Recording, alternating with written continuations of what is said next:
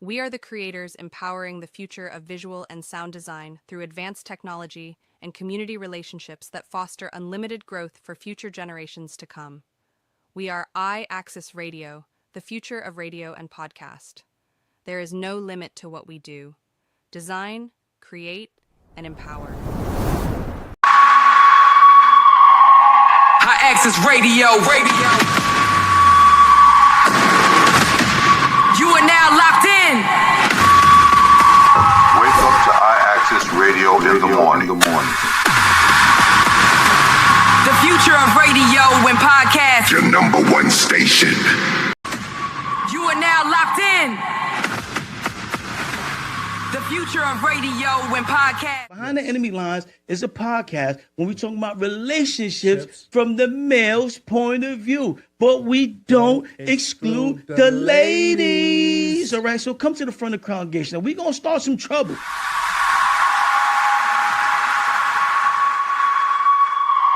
You are watching IAXISRADIO and Podcast live.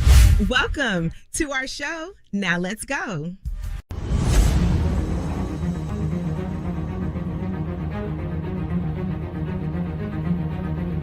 IAXISRADIO, the future of radio and podcast. No limit to what we do. IAXISRADIO, WIAX, the future of radio and podcast. No limit to what we do. Yeah. You already know what it is. Get behind Enemy Lines. With WIZZ and Gatekeeper on IAXISRADIO. The future of radio and podcast. They ain't gonna play with y'all. Let's get it.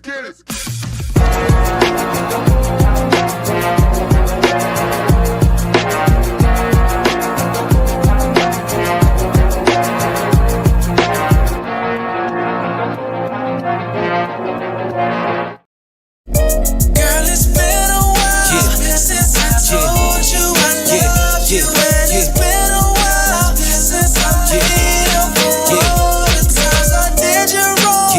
You know I get so busy and you sticking with me is something that I don't wanna forget. No, and girl, I'm gonna show you how much I love you, how much I need you. I want you to know that I appreciate you sometimes. I don't know how to say it, girl. What's the best way to tell you I love you without falling flat? More flowers and cards, you got a ton of that. More trips up the coast, maybe with a toast. You see I'm putting in time, really need to vote. Head full of these words, only one to quote. I choose you over the gold, that's an end quote. What I don't say, I attempt to show. On a journey through night, I'm guided by your glow. So blessed when you check, yes, it's over, no. Have a question how I'm feeling, ain't no letting go. Center of my world, you a living pearl. Say it to the world, like I do to you. When I can't find the words, it be getting tough. You put a hold on the time when I get a touch. Get your mind out the gutter, I don't mean that.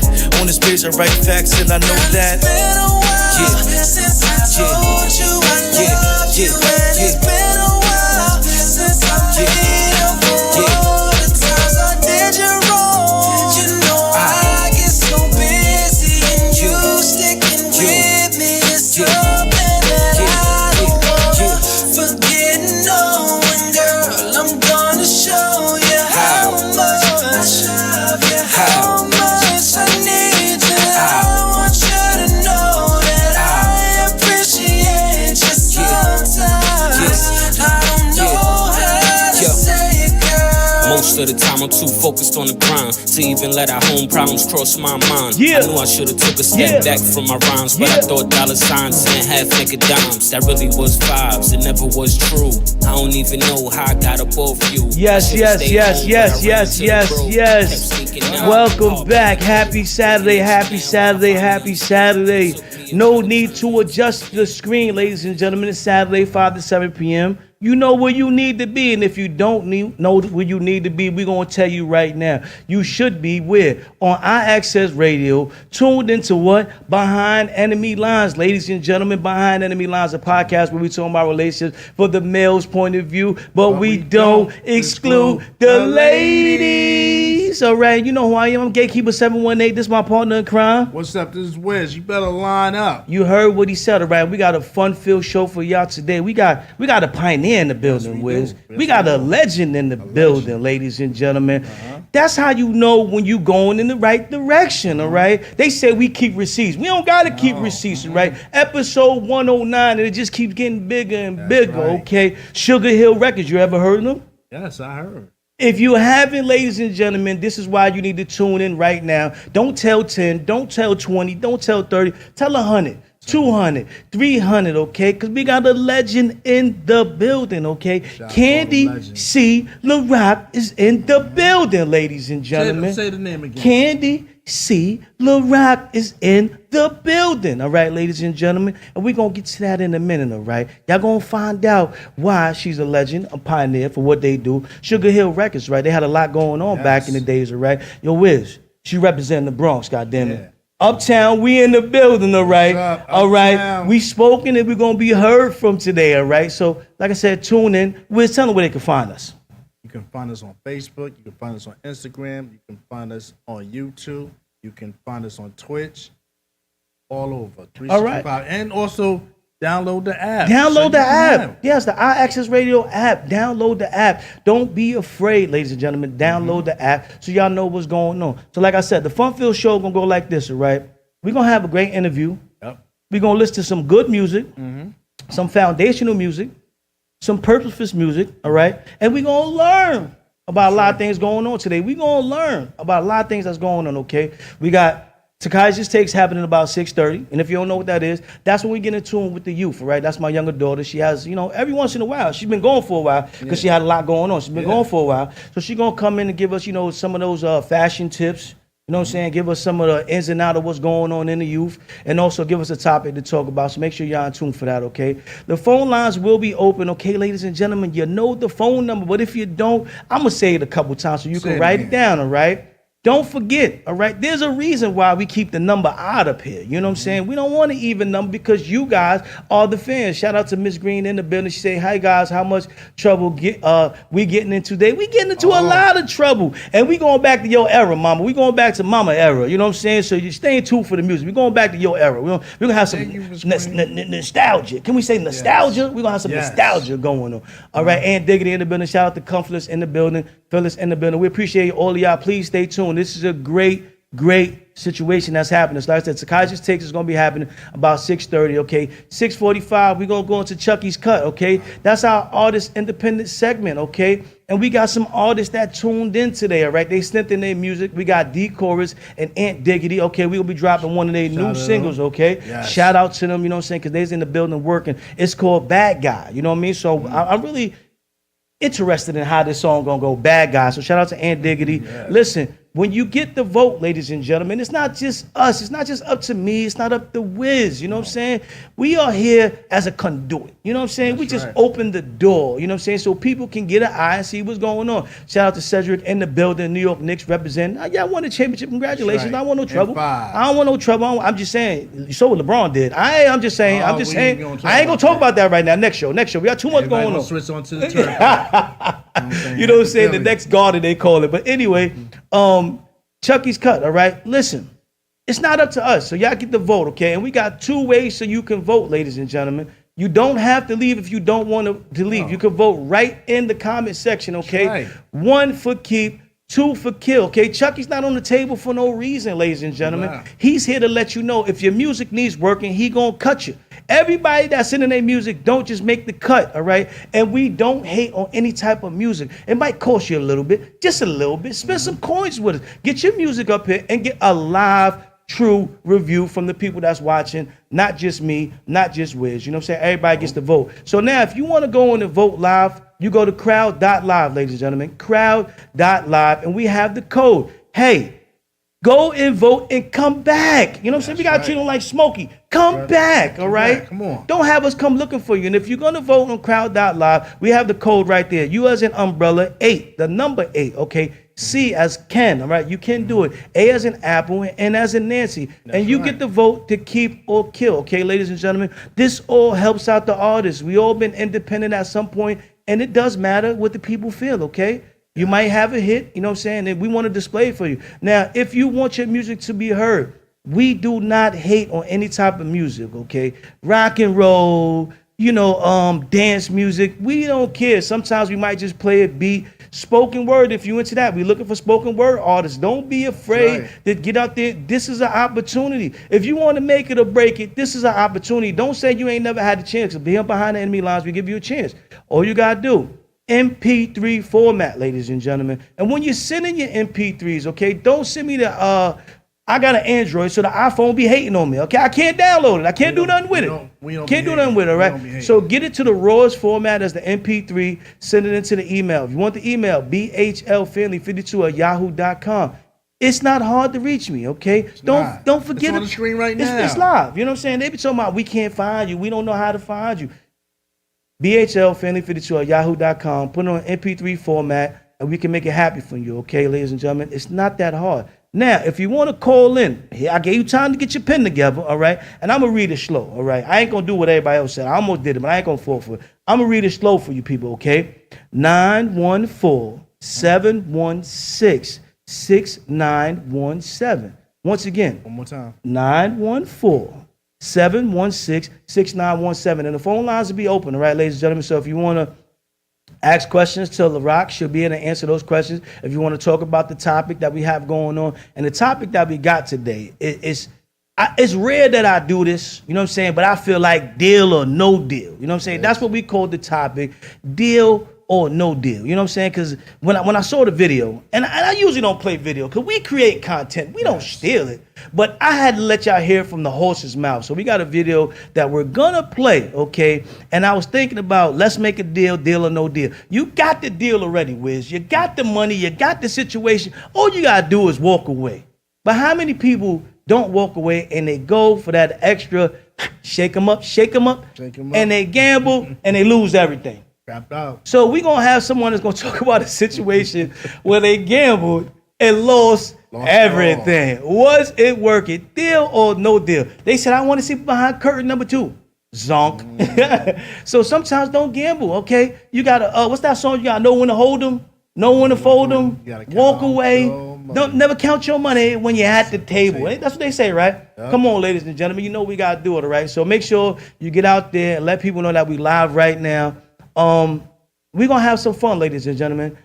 He said, I'm doing good, bro. Yo, matter of fact, you close by, so I'm gonna check you after the show. You know what I'm saying? Just bring on the kids on down. It's my brother A-High. You know what I'm saying? I'm gonna go check him at the end of the show. So like I said, Sugar Hill Records in the building. You know what I'm saying? They're in the building. The legends in the building, all right? Yes. So we're gonna get ready to rock out to the original, you know what I'm saying? The original. I had to go original, you know what I'm saying? Because a lot of these people that's tuning in for the first time, they going to want to know about, you know, how it got started. What was the essence?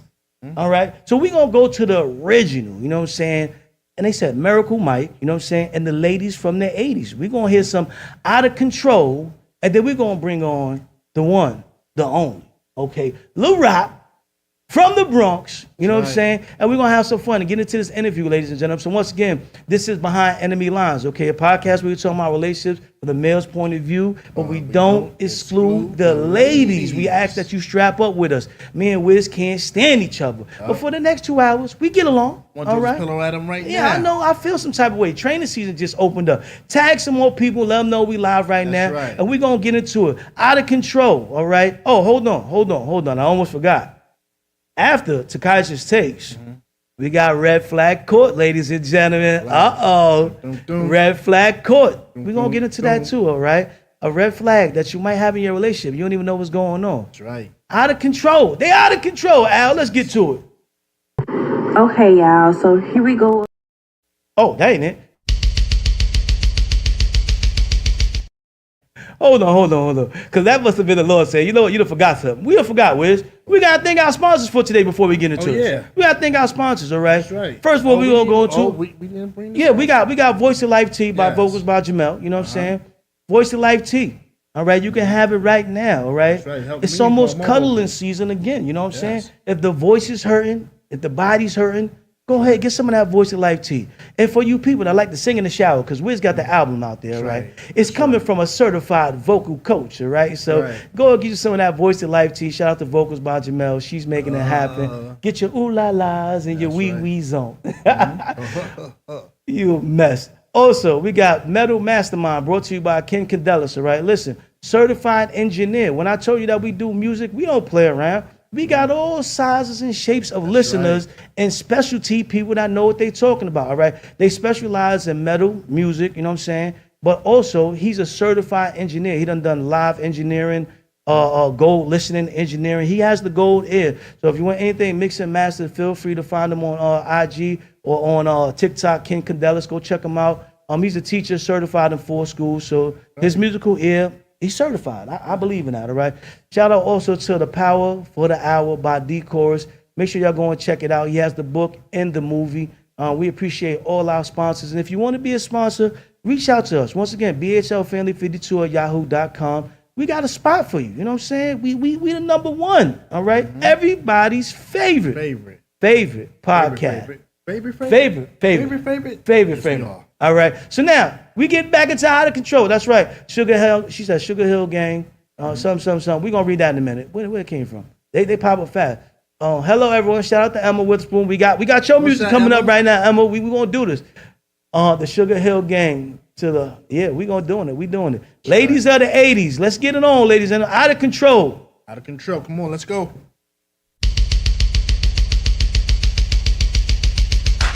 We're the ladies of the 80s, here to let you know that this whole damn world is out of control. So look at this world, it's very hard. The people going around stealing credit cards, just using your money to pay their debts. And then you get stuck handling the rest. Young thieves out there breaking in your house. When you open your door, you can't find your spouse, cause she's upstairs bleeding from her mouth. She screamed to be heard and then they punched her out. But that's not all, your things are still gone. Why does life have to be so hard? Little kids being harassed by a dirty old man who can't get ass. Boys and girls just disappear. When you turn your back, they are not there. You're wondering, where could they be? And now the parents suffer from misery. So the LTE crew is here to let you know that this whole damn world is out of control. All you party people who want control, say ho! Say ho, ho! Drugs galore out on the street. Coke dealers, cheaper sellers, and those funky dope fiends. All those young ones getting high. Smoking drugs, sniffing dope, and they even try to stick a needle in the vein and sniff the glue. No doubt in my mind they pop pills too. There's a methadone clinic right down the block, hallucinating, meeting Captain Kirk and Mr. Spock. Beam 'em up, Scotty. Yo, homegirl, things are definitely out of control. Did you see that wild shit on the 6 o'clock news last night? Yeah, I checked it out. That shit was crazy. Homeboy tried to fake a move. He ain't got nothing but time. And you know it.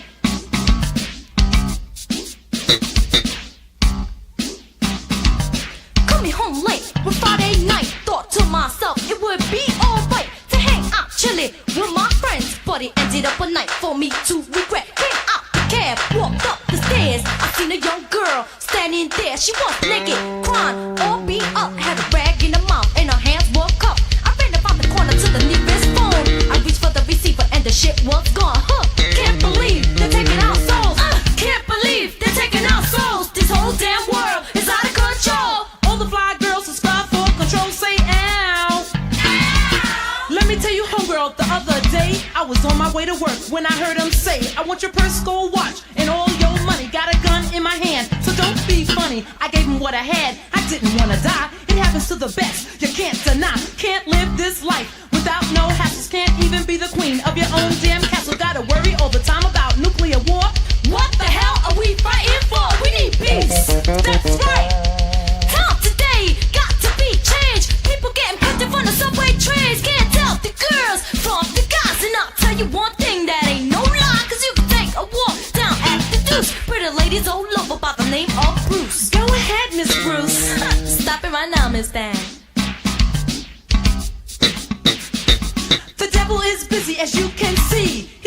control of you and me. So get a grip on yourself while you can. Let Ronald Reagan know just where we stand. If we don't, they will destroy this land. This land, this land, this land, this land, this land, this land, this land. Can't believe they're taking our souls. This whole damn world is out of control. People die for no reason at all. Killers out there standing tall. Because they get picked up by the cops, but they always end up getting bailed out, and it's a crying shame. It's all insane. Can't you understand? Life isn't a game. With the LTE crew, our story's been told. This whole damn world is out of control.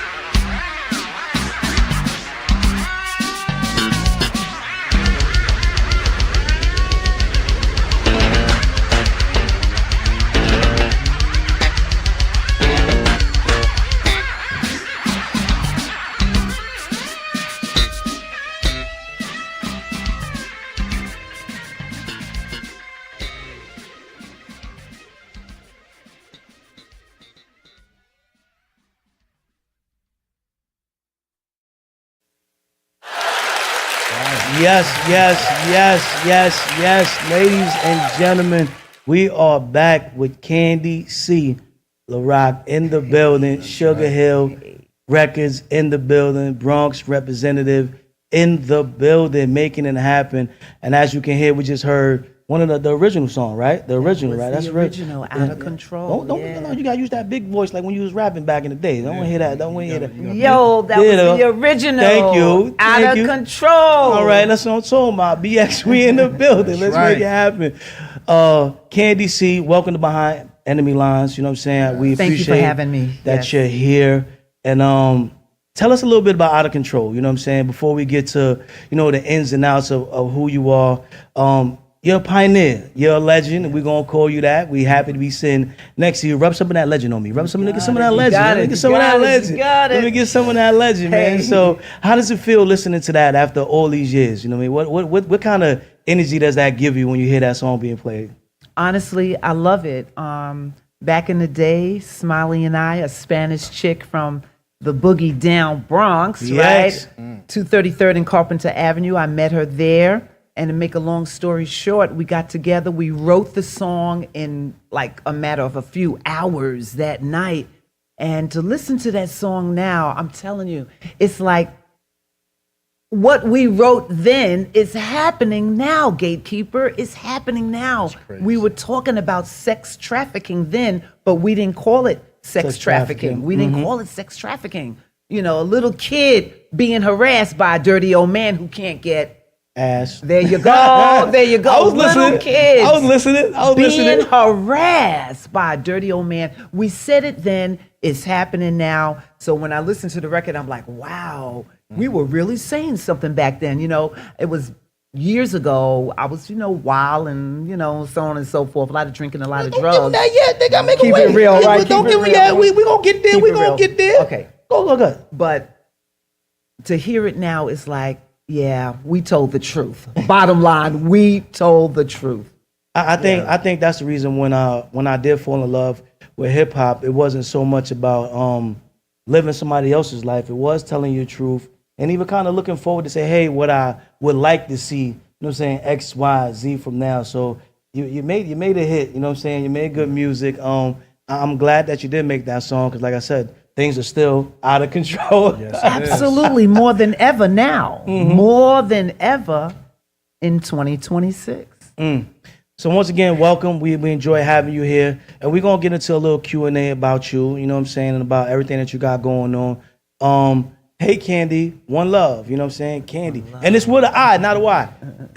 We're gonna start some trouble. She said one love. So pioneer, legendary. Those are big titles to wear. You know what I mean? That means you was around for the conception, the beginning, the founding.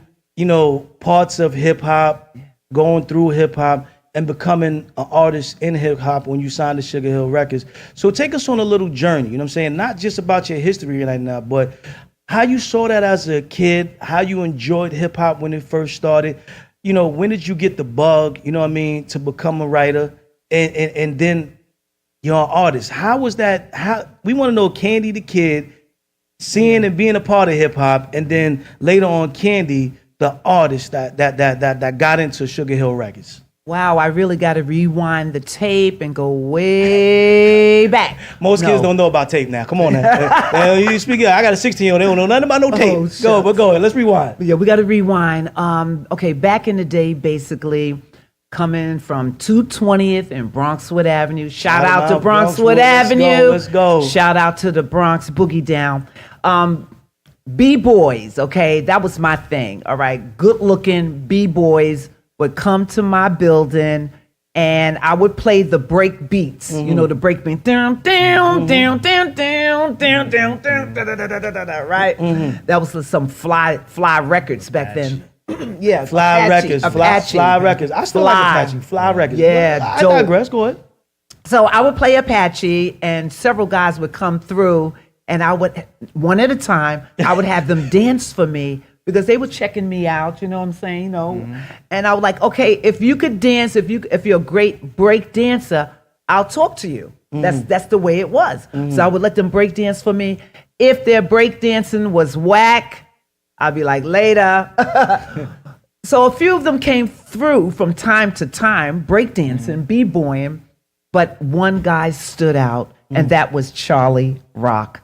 Not only could he break dance, but he was very handsome and very, very charming. You couldn't have one of the two, huh? You had to have both of them, huh? Yeah. You couldn't just be good looking. All them jerk hills that was messing back, that wasn't enough. No, it wasn't enough. He was very, really charming, and he could break dance. That was my thing. He was a great break dancer, so he became a very close friend of mine. So basically, it started off like that with the b-boying. Then, of course, I love the graffiti, you know. The artwork is magnificent. Yeah, you know. I said, my goodness, these kids are very, very talented. I would love to see some graffiti on the subways. You know what I'm saying? And besides that, just partying. I mean, we partied hard. Y'all was outside. Yeah, the drinking, the smoking, the partying. Chuck Chill Out would come through because he was right there on 222nd Street. I was on 220th. And Bronxwood Avenue. He was on 222nd Street, so he used to come through. We would smoke and drink and get high. And this is what it was. This is really, really what it was. And partying, just a lot of partying, you know. And we had good times, truly. I have to say this. The elements of hip-hop for me, besides DJing, MCing, and the B-boy and all of that stuff, the elements for me, it was peace, love, unity, and having fun. And I would love to see that come back to life. The real peace, the real love, the real unity, and the having fun. You know what I'm saying? And that's what it was then. But now it's quite different, you know? Well, we're gonna work on that. Shout out to vocals by Jamel in the building. And Emma Witherspoon, she said Uptown in the house. She had another comment too.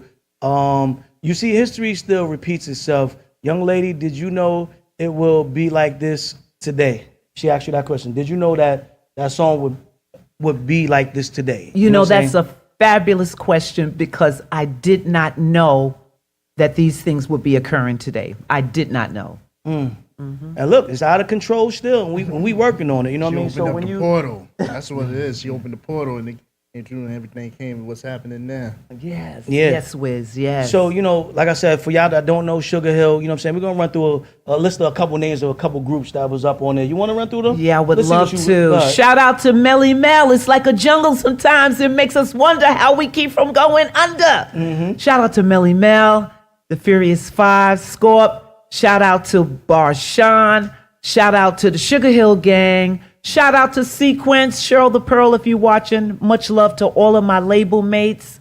Who else? Treacherous 3, Special K. Shout out. Shout out to all of my label mates. Keep it going. Keep it pressing. Yeah, you had the Crush crew out there. You had Busy B, Yes. Brother to Brother, New Guys on the Block, Positive Force. So when I say it's a legend in the building, I ain't want y'all to think I was just making it up. Because sometimes they use the word legend loosely. Sugar You know what I'm Hill's saying? the original Def Jam. Say it again, Wiz. Sugar Hill's the original Def Jam. Yeah. Yeah, I see. They had a lot of talent Rap going record, Rapper's Delight. Rapper's Delight, yes. With the Audience hip, gets- the hop, the hibbit, the hibbit to the hip hop, you don't stop. Hey. Rocking to the bang bang boogie, said up jump the boogie. Rapper's Delight, the Hey, first Boogity rap. B. Yeah. Yes, there it is. I still always wait for that part for some reason. I don't know why. I like that part. I don't know why. Don't ask me, man. So let's now jump into it and get a little deep. Because like I said, pioneer, legend, you know what I'm saying? I think it's just so dope how you just showed that vision of positivity, energy, peace, and fun. I would like to see it get back to that too, because we was really outside. So for me to just touch on what Emma just said, I didn't see it turning out to be like this either, because we was coming up watching y'all play spades and have barbecues. If you would have told me now when you walk through my hood, it's too dangerous to be outside, when I thought the 80s and the 90s would have been too dangerous to be outside. You know what I mean? I remember the song Victim, a nice, serious song. I was young, but I remember Sugar Hill Records for real. That's J-Rock in the building. He said they remember. J-Rock, Shout what's out up? to J-Rock. Shout out to J-Rock. Do you remember Victim? Victim? Honestly, I don't. Okay, well, we might have to check that out. Shout out to Talika in the building here in Makeup. We appreciate y'all all. You might have to put us on to the song some more. So now let's get a little deeper. Tell us who Candi C is, the who, the what, the why, the how, and how you became the who you are from now. That little girl, you know what I'm saying? What, 1985 you got signed? No, What was it, 85? right, yeah, By 85, yeah. 1985 you got signed? yeah. And you was 13 back in then? No. She said that, not me. I didn't start this. That's what she said. I didn't, because y'all don't need to know the woman age. I ain't trying to start. Miscommunication. She said. So Legal to sign. Yeah. I'm just saying. Okay, so legally, to the label, ladies and gentlemen, cut it out. God, you guys here. 1985. So take us on that journey. You know what I'm saying? Hit me back with that question. I'm Who sorry. is Candi C? You know what I'm saying? Who, the what, the when, the why, how, of who you are from that young child. Because I know your parents was into music as well, but you, all right, you. We this is about you today, all right? Yes. When did you get that bug? How did you fall in love with music besides b-boying? You know what I'm saying? Who you was as a kid? How fun it was? You know what I'm saying? Just you. Who is Candi C when they want to know? Besides Sugar Hill, who are you?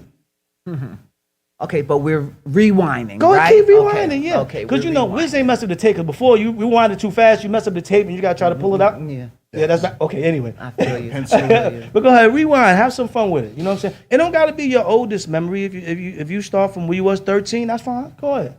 Well, to keep it 100, it was a lot of drugs and alcohol. Like I had mentioned, it really was a lot of drugs and alcohol. The home environment was complicated, very, very, very complicated.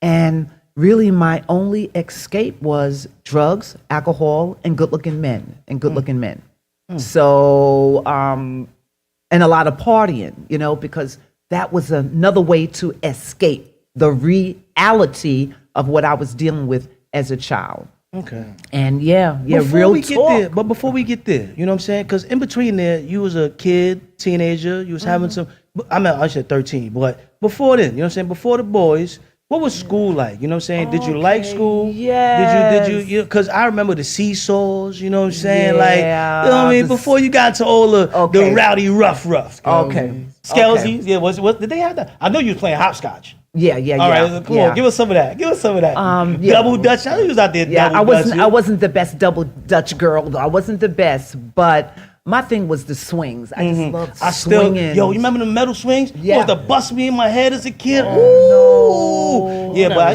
that helped the cranium when it came to football, I guess. Now that felt like an old school black party. She said the music. Now that felt like an old school black party. Yeah, block parties were really, really, really nice. The swings, bike riding was my thing. And guess what? To all the listeners, I still love bicycle riding. Matter of fact, I'm planning to go bike riding next week. I got to get an e-bike and fly down the Hudson River. Pull out the red line bike. Pull out the red line. The old joint, the little bin. Yeah. Cheaper? Is it cheaper? I don't know. I don't know, but I do miss riding. I used to ride a lot too, and I used to ride. You know what I'm saying? The dyno. I used to have the dyno. That was the name of my bike. It was the aluminum. Then the light is a. You know what I mean? Had the pegs on them, you know what I'm saying? I wasn't nice enough to do a lot of tricks, but I enjoyed, you know what I'm saying, riding as well. So we definitely had that in common. And Run, Catch, and Kiss, RCK, we played that too. Yes, yeah. Oh, shucks, you remember that one. RCK, Run, Catch, and Kiss. Yeah, those kid games. I Tag. Tag was one of mine. Yeah. Freeze tag was one of mine. We used to have off the wall back in the days. You know, just that experience. So you went from bike riding to hip hop. Where did that connection happen? Was it just through the B-boys? Because like I said, I know your parents wasn't in music. Right. My parents, mother and father, sing, play, write music. My father played all instruments, so I'm a product of that. Yeah. So the connection really from tag, bicycle riding, playing with my cousins, it was just beautiful. It went into the B-boy. That was really the next piece of the puzzle. Yeah. See, I didn't. And break dancing. Well, what artists did you see that made you say, I wanted to rap? What break dancer was doing it, or like how did you fall into it? How did I fall into it? Very, very good question, because I didn't ask for this. I didn't ask for this. I wasn't looking for it. I was hanging out with my so-called boyfriend, fast forwarding the tape. And our neighbor came downstairs, who is Miracle Mike, all right? Because it was Miracle Mike and the ladies of the 80s. Our neighbor came downstairs and he said, listen, I'm a musician. I would like to play some of my music for you. And I was really drugged up and really, really high. And I was like, yeah, man, yeah, right. I didn't believe him. I didn't believe that this guy was a musician. I was like, yeah, right. Okay, go ahead. So he went upstairs. He came back down with his music on a cassette tape. He played it, and I was blown. Gatekeeper, I was blown away. The music was so. No, his music was so good. I was like, oh my goodness, you are a musician. This is beautiful. It was some jazz music, and I wasn't into jazz, but I was very much impressed with this man. And he said, I want to put together a group, a girls group. There we go. And that's how it all happened. Okay. He introduced me to Smiley. Her real name is Nancy Negron, a Spanish chick. He introduced me to Nancy, and her and I, the vibe was right. It was just and remember, I wasn't looking for this. I wasn't trying to be no rapper or hip hop artist or singer or anything. My thing was drugs, alcohol, and partying back then. That was it, guys. I'm telling you. That was it. So now that was important, that part. I'm glad you finally brought the part, because that was historic. You and this other young lady coming together, right? Y'all was the first what?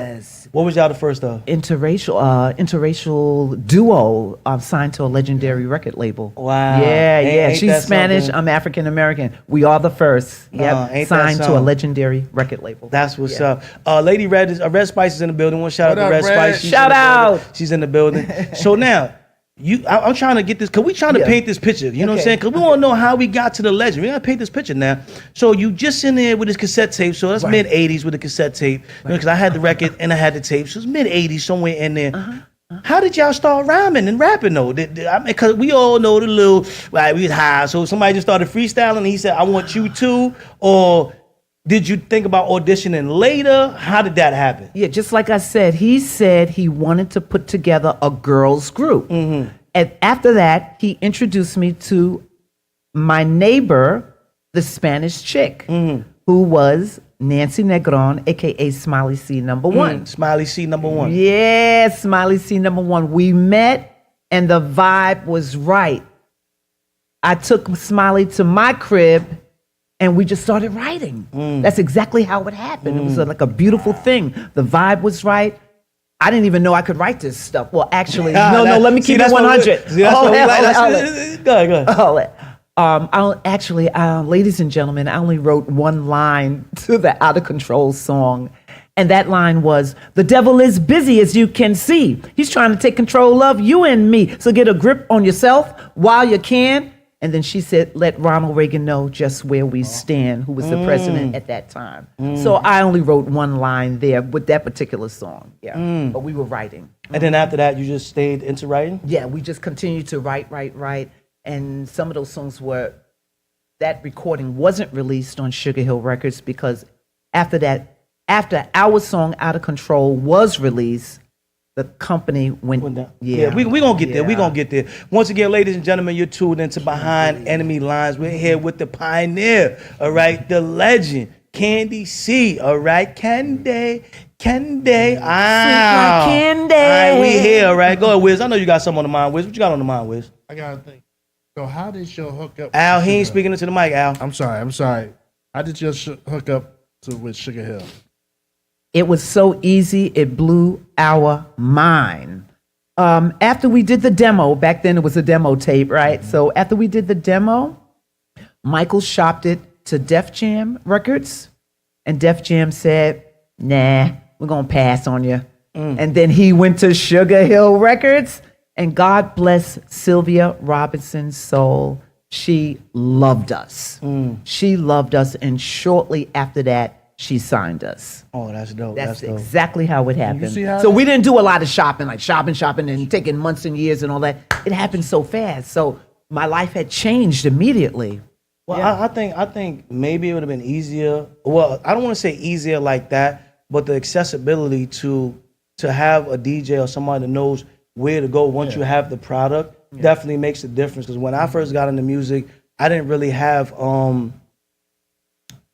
elders or people that came to me and said, hey, I know where to go with this now that this is pressed up, especially in the late 90s when we finally got the CD. You know what I'm saying? We had a CD, but we still didn't know where to go. And by that time, it went from the 80s where, you know, like everybody wasn't doing it because they always say it started out with the DJ, then the breaking, and then rapping came a little bit later. So by the time I started coming out, everybody was rapping. Hence, that's why I named my album, It's Kind of Hard, Everybody Raps. You know what I mean? So when you had 90s, you know what I'm saying, 2000s, even now, when you have such a long list, it's kind of harder to get to the front door a little bit. So shopping is different. It was easy, accessible to go there because you can go in there and wait in the lobby. Yeah, yeah. When I was now, coming they be up, like, when I was coming up, when I tell you what to go stand in front of the lobby, especially if you didn't have finances in your pocket to do it. If you didn't have finances, then you had to have a dedication and a hunger that was like no other. You know what I mean? Because when you was out there standing in line, there's 200 people in the line. Like Puff may not ever, and I'm not saying Puff just to say Puff, but you know, Puff may not never get to see me. I might not never get to the door of Bad Boy. You know, I had to know somebody to know somebody to know somebody to know somebody. You know what I'm saying? So that made a difference. But before it was outsourced that you can get to them. Get them, yeah. Now you needed to know. Yeah. Back in the days, it was easy. You like, okay. Yeah, and I think it became a little bit different for us too because now when I started coming in the music game, they was like, yo, you got about 10 seconds because they got about 700 different joints to listen to. If you don't grab them within that first 10 seconds, they just tossing your CD to the side.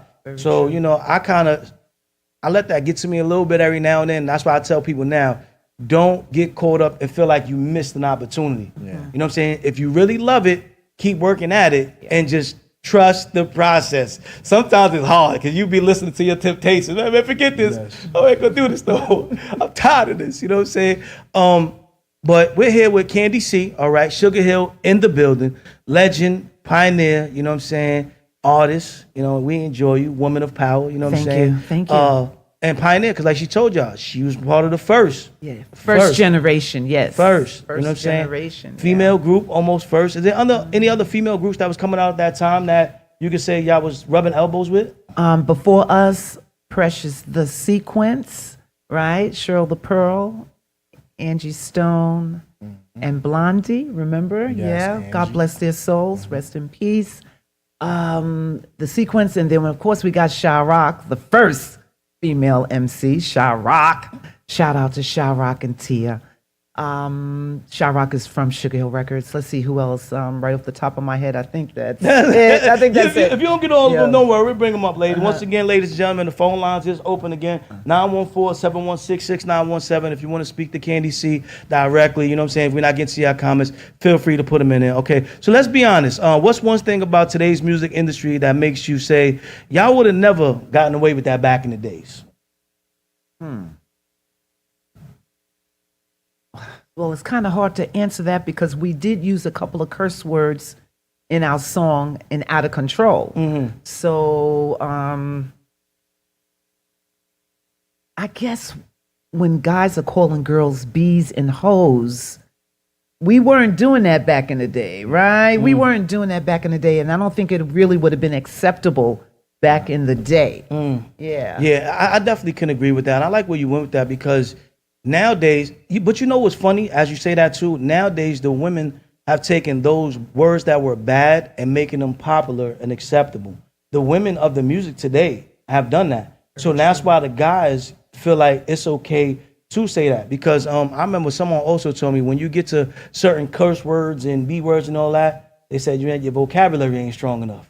So we had to go back and work on our vocabulary. So some streets was in there, but I do agree with you on that. Congratulations on what you have done for our culture. Salute, Queen. That's for you, Candi. Much That's love for to you, sweetheart. from Much J-Rock. love to you. Tell us about Sugar Hill, the experience. Why was it such a big deal? You know what I mean? To be a part of that. You know what I'm saying? Because we from the outside that are a little bit younger, for you to say that was, like Wiz just said, that was the first type of Def Jam. You know what I mean? That was the first time I actually heard that. You understand what I'm saying? Like, I knew those names, but I didn't follow them like you guys follow them. So tell us about the experience. Why was it a big deal? You know what I'm saying? Who were some of the people you work with? And what was so special about the ladies of the 80s? What was special about them? Go on, give it to us.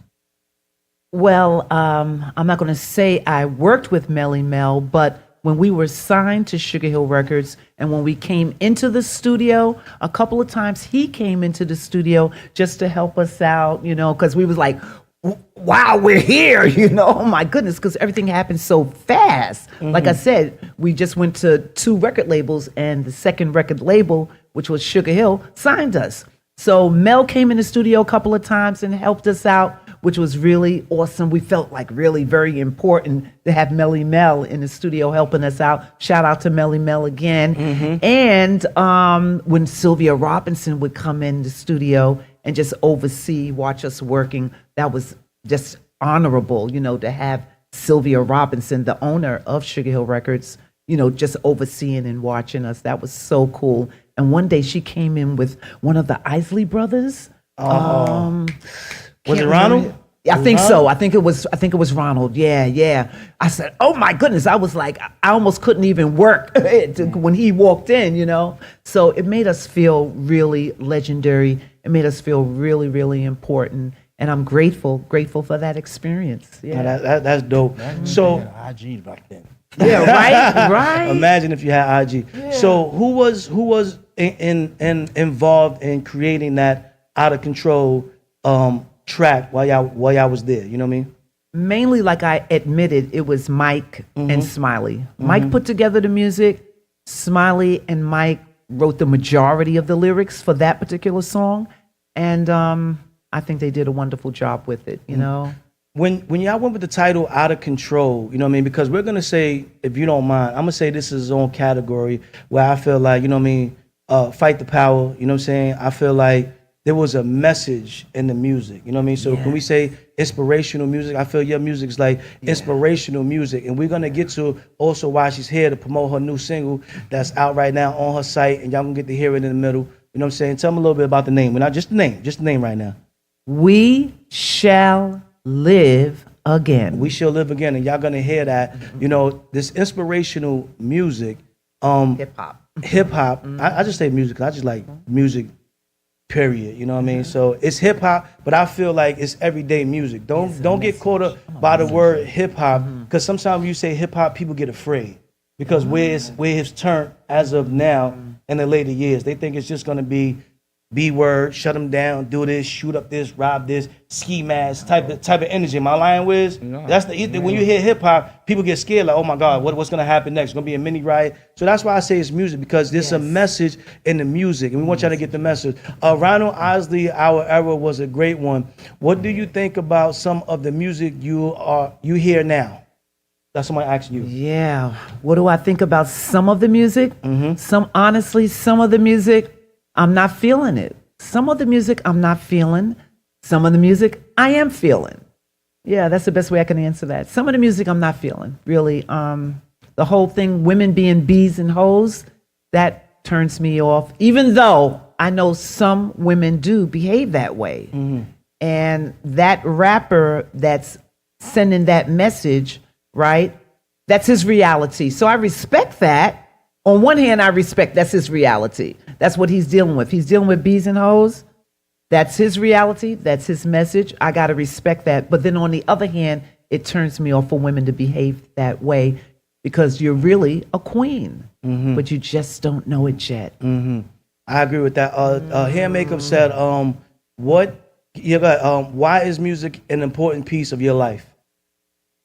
Because my mom and my dad sing, play, write music. So I'm a product of singers, lyricists, and musicians. Okay. So it's all embedded in me. Yeah. Once again, we're here with Candi C. Larock, right? Don't forget the Candi, all right? Sugar Hill, man, Sugar Hill. Did you always have that name, or did somebody give you the Candi part when you was? I knew that question was going to come up. Well, everybody gonna want to know, so I said, I might just get it out the way. Yeah. Truly, I gave myself the name Candi because I always looked at myself to be really a sweetheart, and a very charming person, a very loving type of person. So I gave myself the name Candi. And then when I was partying out there nonstop, I'm the one that added the Larock. And I was the Larock, trust me. Somebody owes you a check right now. It tastes like candy. Candy. I'm talking about the other song. Which one? Oh, It tasted like candy. What was that? Rick James? Yeah, probably so. I think it was Rick James. Rick James. But it was a rap. Listen. Hey, ladies and gentlemen, you're on Behind Enemy Lines, okay? Make sure y'all share the word. We got a legend in the building. And some for them guys, that just heard what she said. She called herself Candi. You knew you was going to get hurt at some point. It was all right. It's all right. You just had to learn how to break dance better. Get you another shot. You was all right. It was sweet days to break your heart, Wiz. Yeah. You know what it is. They would really audition for me right there at 220th and Bronxwood Avenue. They would come and I played the beat, open my door, and they would dance right in front of me. Break dance. We had to ask this, right? Who brought the cardboard? Did you already have it in the house, or did they travel with their own cardboard? No cardboard, baby. They hit the floor. They hit the floor for me, baby. They hit the floor, baby. Hey, Al. I want to see the elbow marks, man. Where your elbow marks? You wasn't breakdancing out there? I was in a breakdance about I tried it a couple times. I said, man, forget this. I ain't doing all this. That's why I became a fighter. I'm going to just keep my knuckle game on. Like all this. They hit the floor. They hit the floor and spin around. Okay. You want me to read it? Did I miss one, Al? Okay. I'm with you on that note. The message is lost. It's sad, yes. If the message can be restored, the music would be phenomenal. How you feel about that? I agree.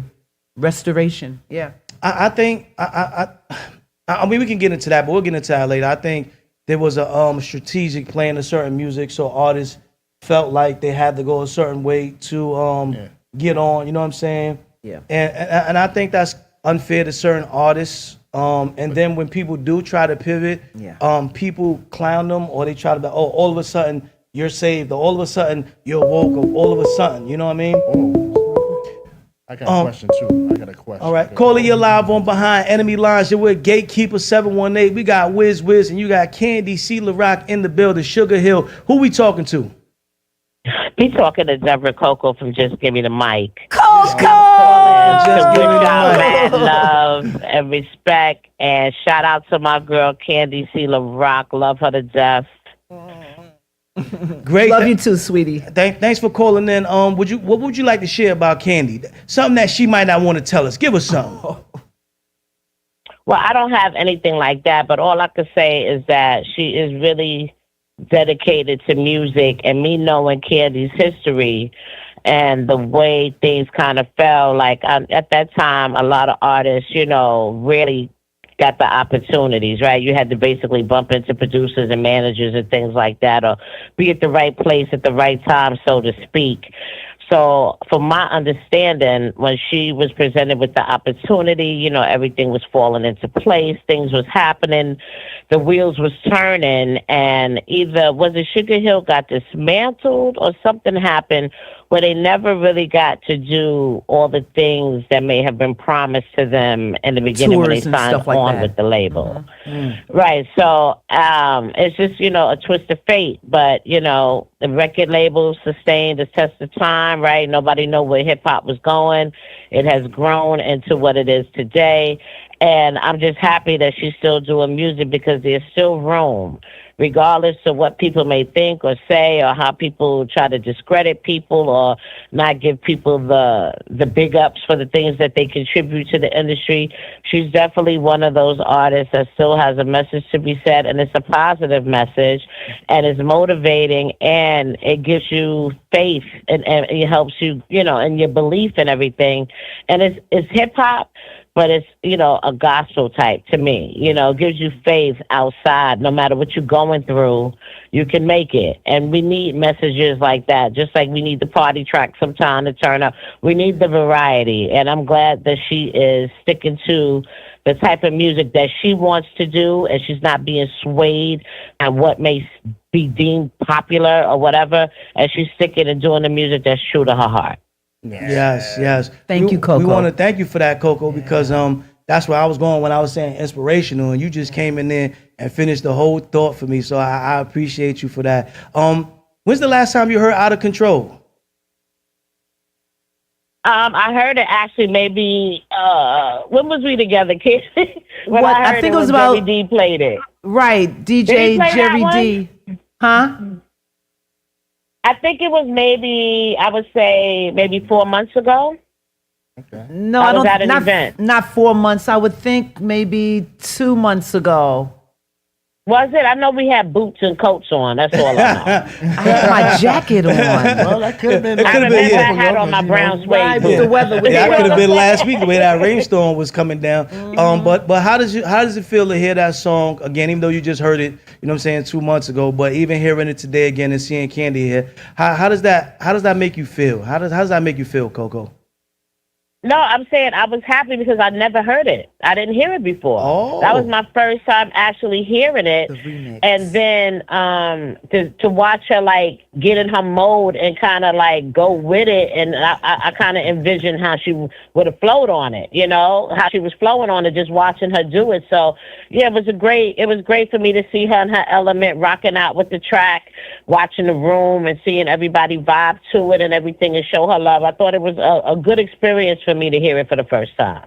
All right. Okay. Well, we want to thank you for calling in, and we hope that you become a part of the Behind the Enemy Lines family, and we want to continue to see you support Candi because we see bigger and better things as she continues to work with this inspirational hip hop, and we love it.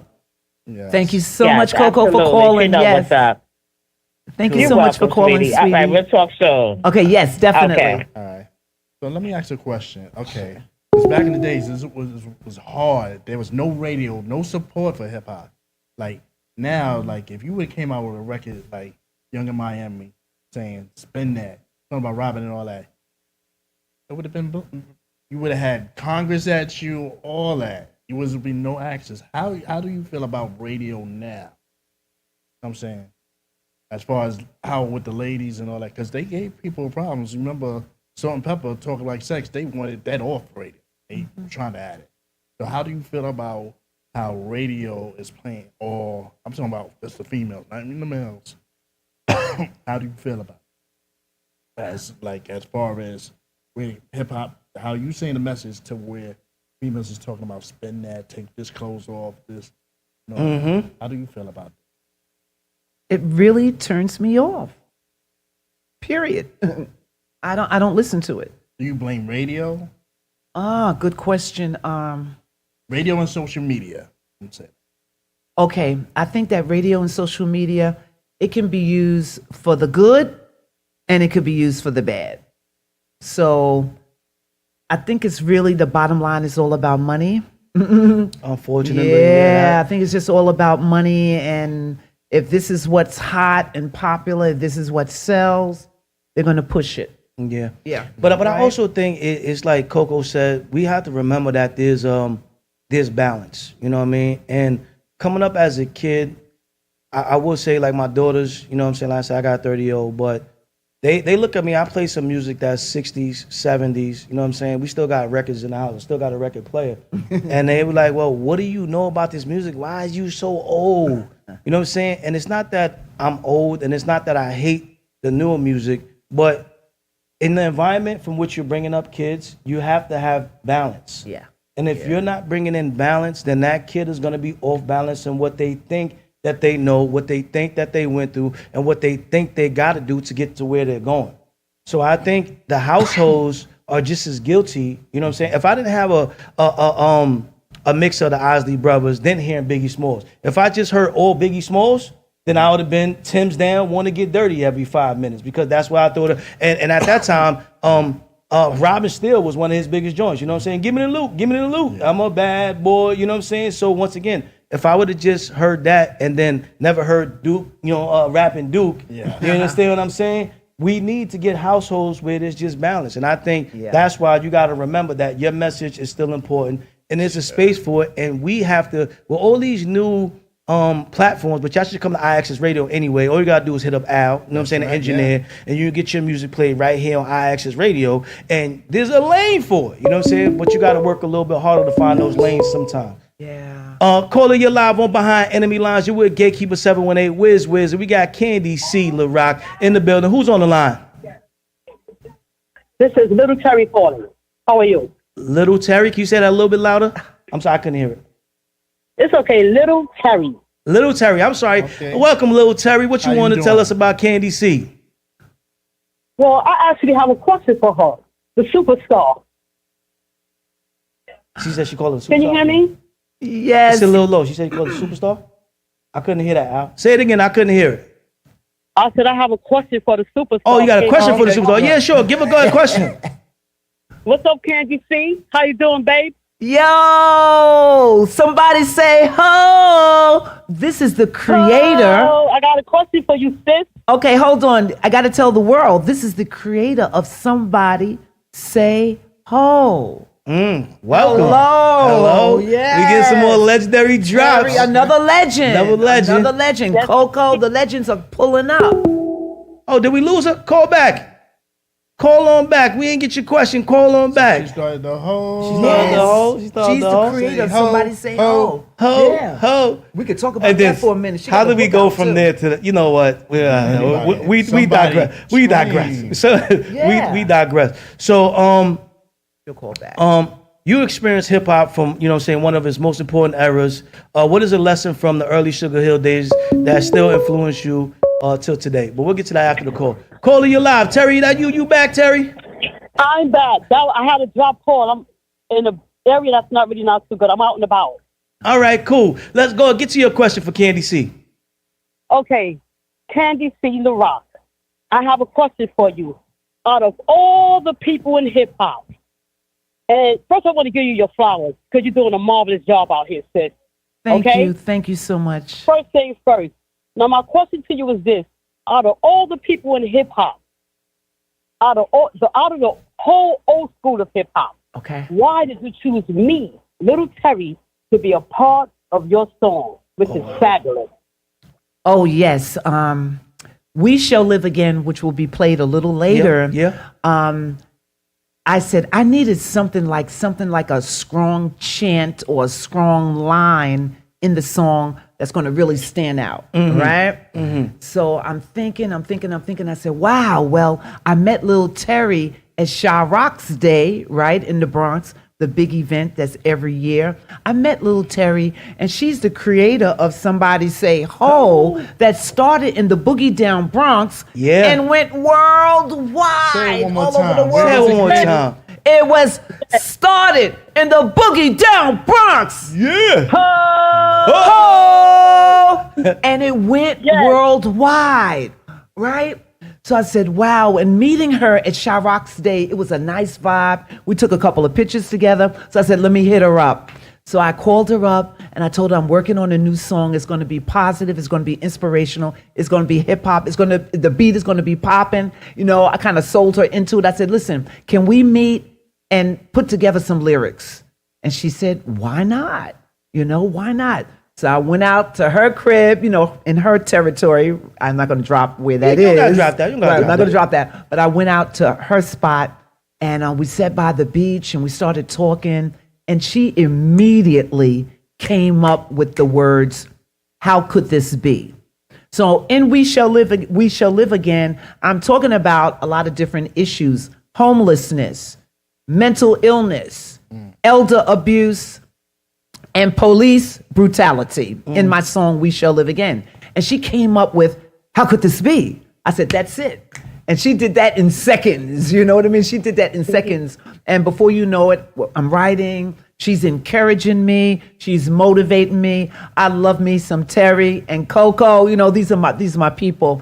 And before you know it, I went into the studio and I did my thing. So the next step is gonna be the video at some time and some video dancers. All right? Well, thank you, Terry, thank you. Of course, no problem. It was funny that when I heard the song, that's the first thing that came to my mind, because that's a question. I'm a revolutionary woman type. And I've always been in the streets and trying to put things right out here with what's going wrong with us, with other people and what they're doing to us. So when I heard Candi C. Larock's song, that came to my mind immediately. How could this be? And then when I told it to her, she said, I'm sorry, sweetie. When I told it to her, she said she had chills on her arms because it hit so well and it hit like on time. Yes. And listening to the whole song, it's a really nice piece. Well, we about to listen to it right now, so stay tuned. Fire! If you're able to, you can come in the chat, stick along with us. Put your Instagram in the chat. You know what I mean? We got to connect y'all legends to these younger youth that's here right now. So if you could come into the chat room and just put your IG, Instagram, on Facebook so people can follow you, you know what I'm saying? Because we got to hear these strong voices from the women again, and I miss them. And while we at it, we going to go right into the new song right now. You know what I'm saying? And we're going to play that so that people can hear it, because you just gave us a great connection. We'll get back to the questions right after this. We want to thank you for the call, and we're going to go into the song. Candi, tell them what the song name is again.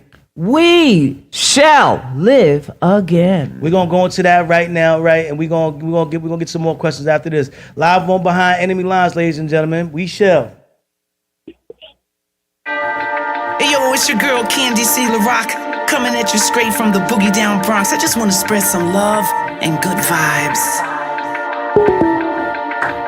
We shall live again. Let's go. We shall love again. Yeah. We shall win again. You already know, 'cause this right here is not the end. Can't believe the bank took his home. Late on his mortgage, now he's forced to roam. Things looking hairy. Can't get your breath, he got an interview next week. No money left, and now everywhere you turn, people talking to themselves. No one's around, like they're sitting in a cell. Where's the Bluetooth? Boo-hoo, boo-hoo, you going cuckoo, you too cuckoo. How could this be? We shall live again. Let's go. We shall love again. Yeah. We shall win again. You already know, 'cause this right here is not the end. To top it off, his mom's in a nursing home. They shot her up with silicone, 'cause she fell in the street. Hurricane flew in the air. Phones popped out, but they really didn't care. Streaming. Are you a demon? Nah, living without the Most High, that's the reason. If that was your mama laying in the street, you'd be in position to get her on her feet. How could this be? We shall live again. Let's go. We shall love again. Yeah. We shall win again. You already know, 'cause this right here is not the end. Excuse me, officer, what seems to be the problem? The power's here to bring peace. I can solve it. I got the sun and a better view. He seems to be in pain. The question is, what did he do? Dang, these last days is like walking through a maze, crashing out, toxic. Is this a phase? No cap and choose to stay. Who you will serve? 'Cause the system you rely on will drop like this, that, and the third. How could this be? We this. Show love again. We show win again. Cause this right here is not the end. This song was specially dedicated to those who just lost a loved one. I want you to be encouraged, cause it's not over until God says it's over.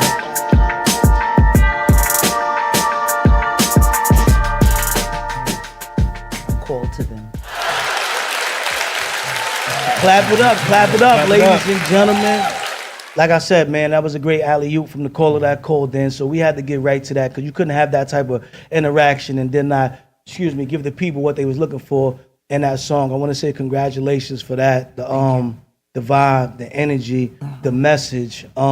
We got some couple things that's coming up, ladies and gentlemen, that she's going to tell you about in a minute because there will be a video for this track she's working on. So we're going to have the email that we're going to put up in a second to where you guys can reach out to her. She's going to be looking for dancers from the ages 21, you know what I'm saying, to whoever can still get down. You know what I'm saying? Listen, if you need to take a couple pills, you know what I'm saying, to get them legs popping and kicking. I don't know if she's going to actually do the B-boy part. I'm not spinning on my head. You know, I'm not sliding in on the elbow. I saw Stomp the Yard. I ain't doing it. He's going to do the break beat. No, I ain't doing the break beat. I ain't doing the break beat. I ain't doing it, all right? So if you want to reach out to her to be in the video, do you have a date set for the video yet, or are you still working on that? We're still working on it. All right, you don't got to rush it. That's right. She's still working, but she's taking submissions now, right? So we're going to share the email right now for y'all to be able to reach out to her and say, hey, I want to dance. You know what I mean? There's two emails right there, okay? So the one on the right that says New Level MTNC, that can be for the dancers, all right? That can be for parents to reach out. That can be for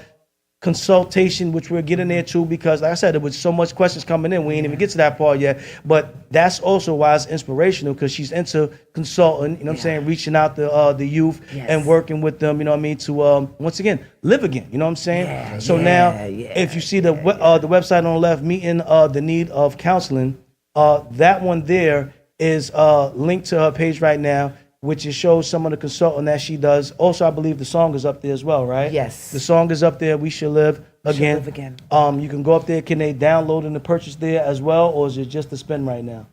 They can listen to the sample of the song, and when they tap on Buy Here, it's going to take them to my other website where they can purchase. Okay. Yeah. Don't be afraid to tap on the Buy Here part. You know what I'm saying? Because when you hear the Buy Here, you like to run off. So I'm going to need you to say that again for the people in the back, all right? Okay. You go to it, listen to the sample, and hit the what? Buy Here. Buy Here, okay? Yeah. Now, as you can see, this is once again hip-hop with a message, all right? Yeah, I'm a messenger. And we need for some of our messengers to be heard, so play your part, okay? Click that side, go and listen to the music, and then start there. So I want to say, first of all, congratulations for staying with music, because it's hard. It's a love-hate relationship. You gotta go back and watch some movies like August Rush and make you love music again. Get back into it and do it. So when you was creating this song, what was the thing that drove you to say, okay, you know what, I need this song right now, and this is the direction I want to go in? Well, the story here is a little different because I see a lot of families busting up, marriages, family members, aunts, uncles, cousins, nieces, nephews, not speaking to each other for years, days, weeks, and months. The whole family split began to affect me, especially if you come from a family that's very, very close-knit. So with that being said, the We Shall Live Again concept came to mind, where I just believe in my heart that one day family, people, marriages, we're going to come back together, and it's going to be completely different. In other words, that all that conflict, all that nonsense, all that drama, all that jealousy, envy, and competition, all of that stuff is just going to fade away. I just believe that one day it's going to be all right. Okay. Sergio says during the 80s, rap was more conscious. Why do you feel that the industry stopped promoting conscious rap? Honestly, I think it's because of money, and the way the world is today. Styles P said it in one of his verses. He said, money makes the world go round, plus vertical. You know what I'm saying? You go from a hoopty to a luxury convertible. And that's one of Styles P raps. Go and check him out. But we can't sit here and act like money's not the driving force behind a lot of companies that's in the world right now. So that was just the tip of the iceberg. And I will say that, you know, not all conscious rap is not being played. You know, it's where you go to look for your music. If you're a consumer, you got to blame yourself sometimes too. You know, are you doing your due diligence to go to the areas where they call themselves backpack rappers or the conscious rappers are, you know what I'm saying? Or do you just want to stay in the commercial lane? If you want to be in the commercial lane, then that's what you're going to get. So we have to take some ownership as the consumers of what we choose to want to hear as well.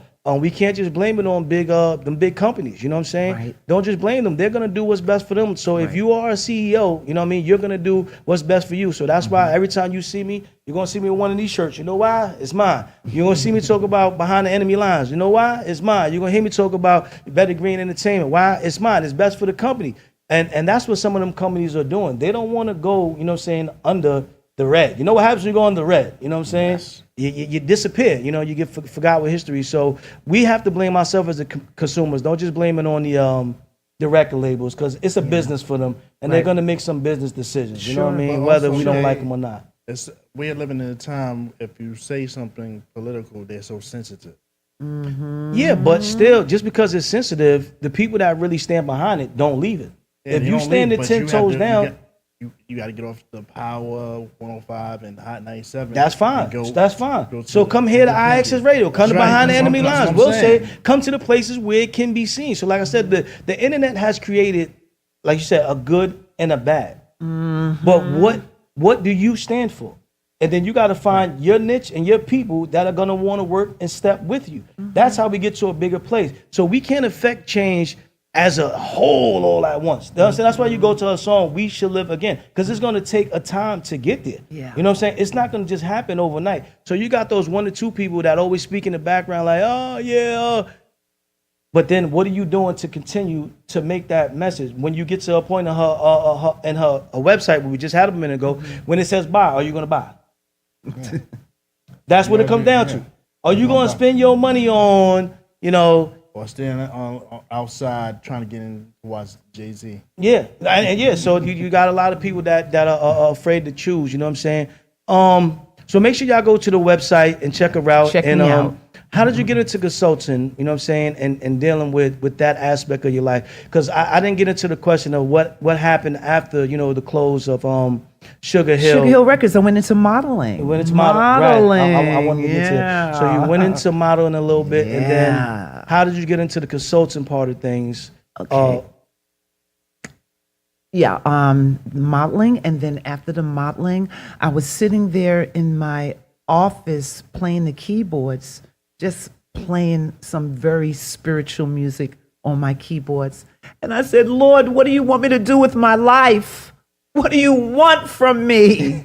And we all and I got an answer.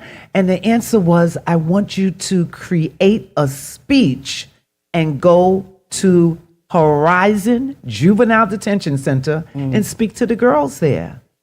I said, wow, create a speech and speak to them? I was like, wow, okay, why not? So I just took the keyboards, I put the keyboards on the side, and I just started writing.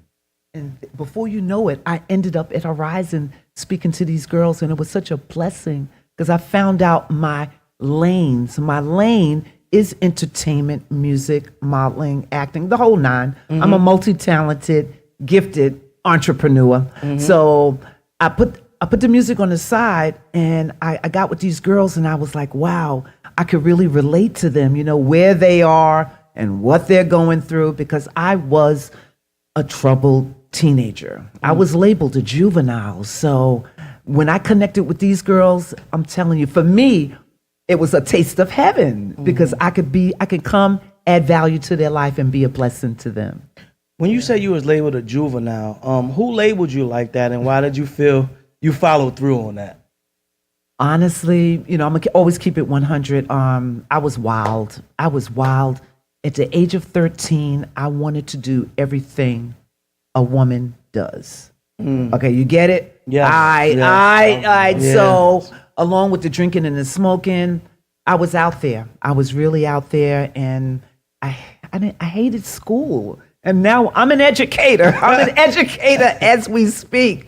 But I hated school. I played hooky and at Evander Childs High School. Evander. Shout out to Evander. Shout out to Evander. Evander. You know alumni. I'm in the building. Oh my Jane goodness. Adams.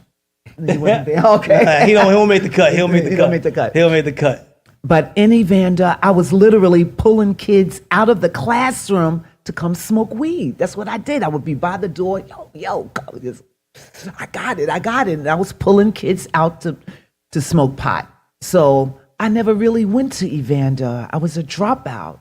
So with all of that being said, I was labeled a juvenile. And before you know it, I ended up in a group home. Yeah, but guess what? That was the greatest time in my life. The group home. I'm telling you, Gatekeeper, I had fun in the group home. Yeah. Yeah, a little bit of my past. Nah, just a little bit. We got to make them go to your website to get some of this stuff. We got to make them, don't give them it all now. Yeah, give them a little bit by a little bit, you know what I'm saying? Piece by piece. But the funny thing, that word juvenile, because, I was once called that as well.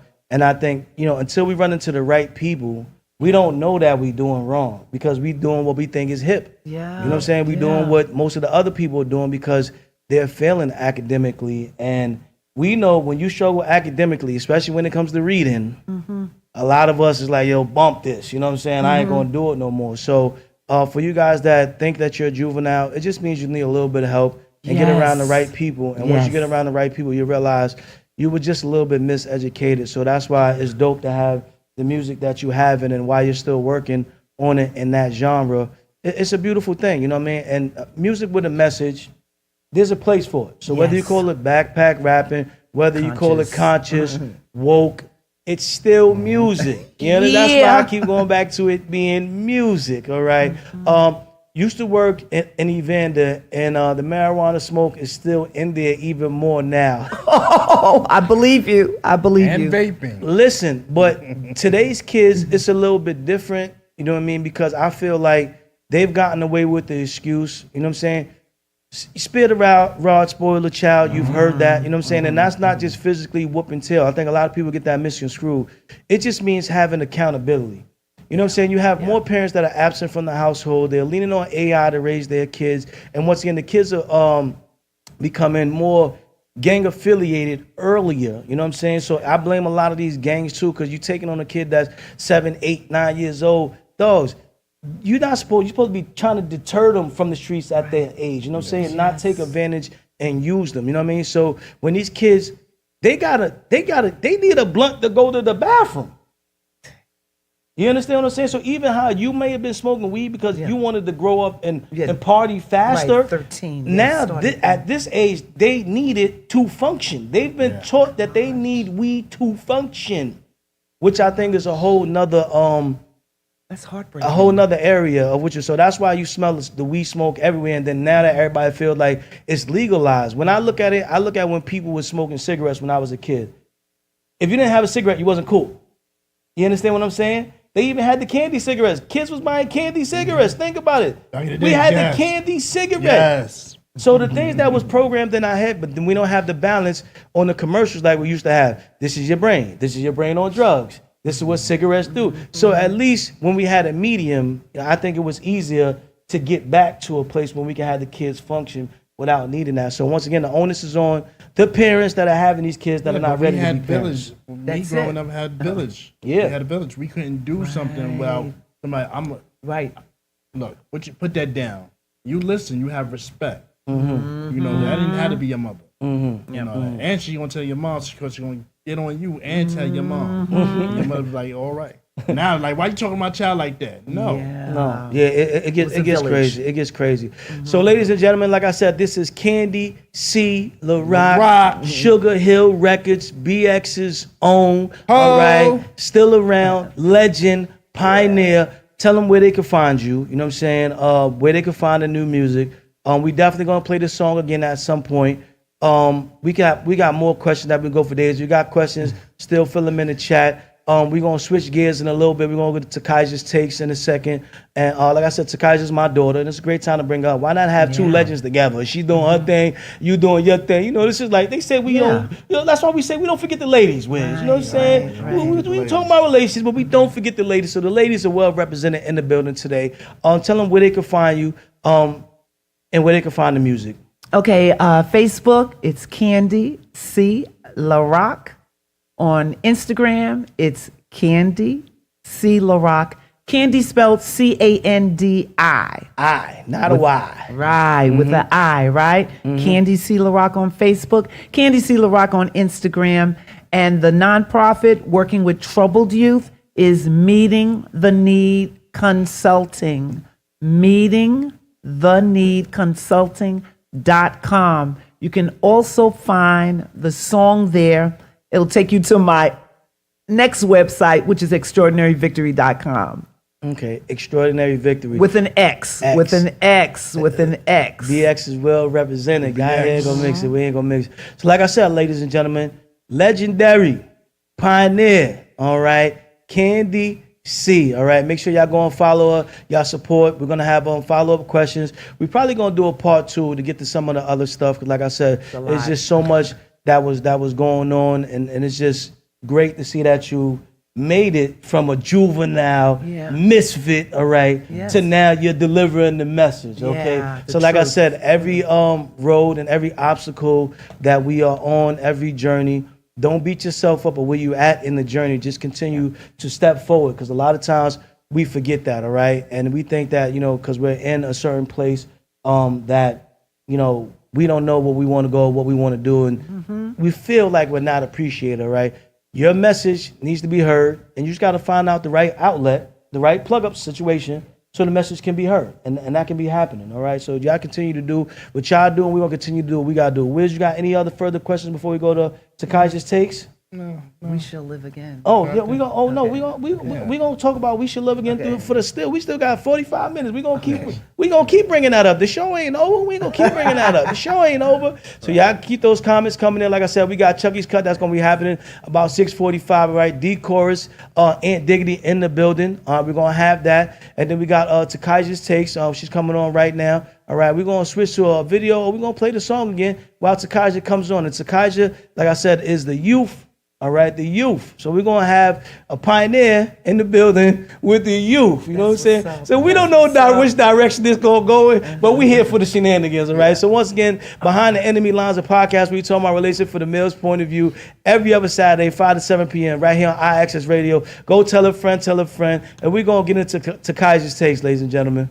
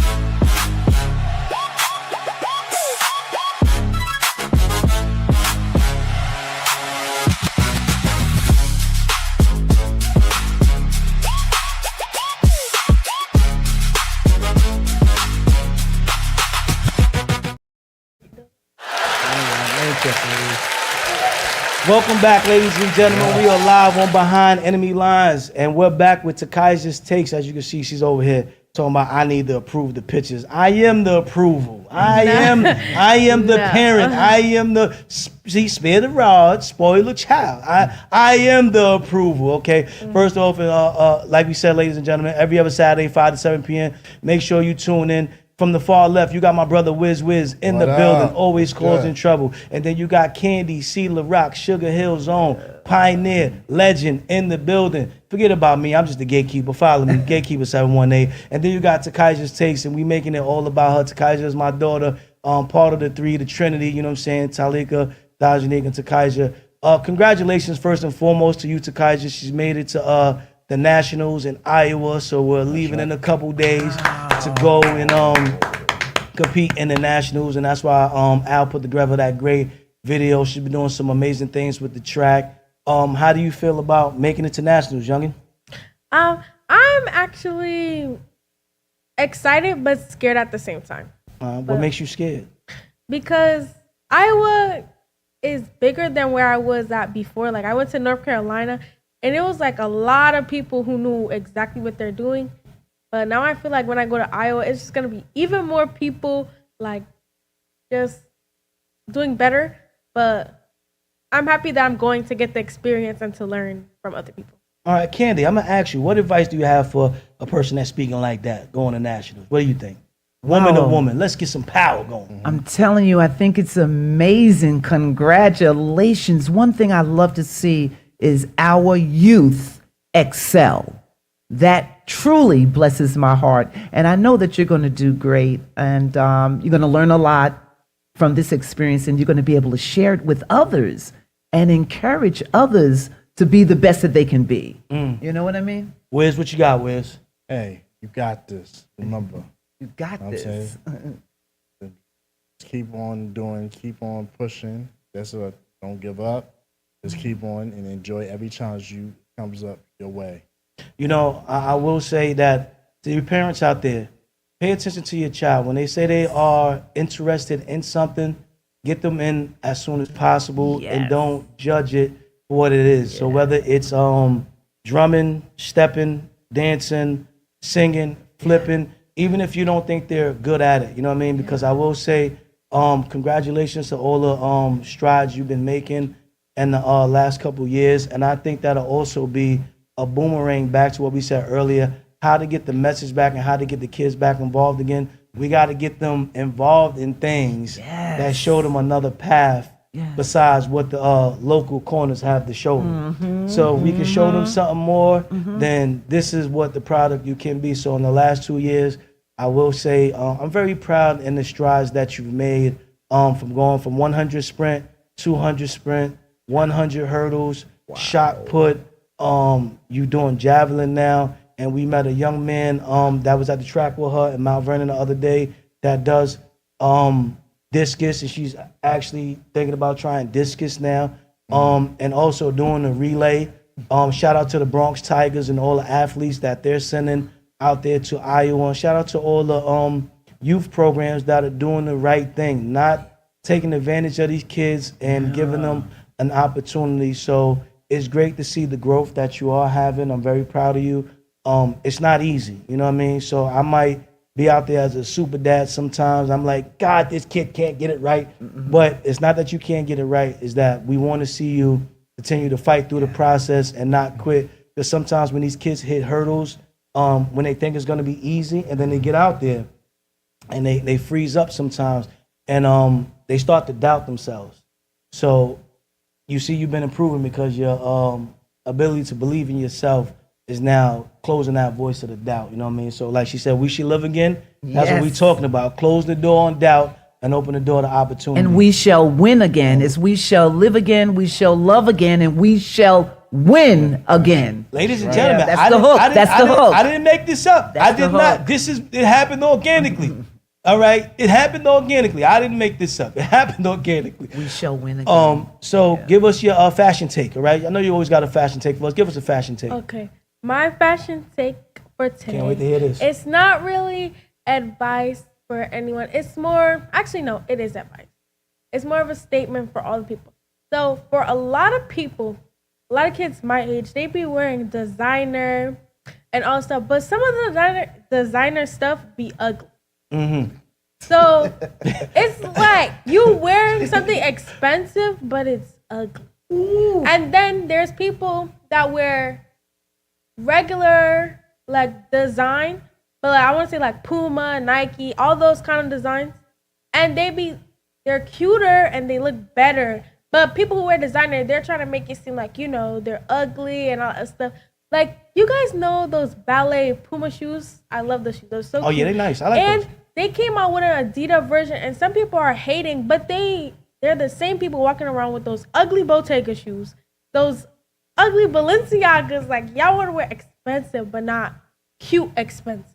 Okay. It makes no sense. They gotta clash. They gotta be cute and expensive or cute and cheap. Pick one. Shout out to Mikey J in the building. I just saw him in the building. And make sure y'all go and check out that Tony, man. It's dope. I've been following it. Just go and watch it. Trust me, it's on YouTube. It's a good show. We're going to let the ladies go first. Candy C, how you feel about what she said about the fashion world? Because you're a model. I didn't put this together. It happened organically. I promise you. I just totally agree with her. You know, cute and...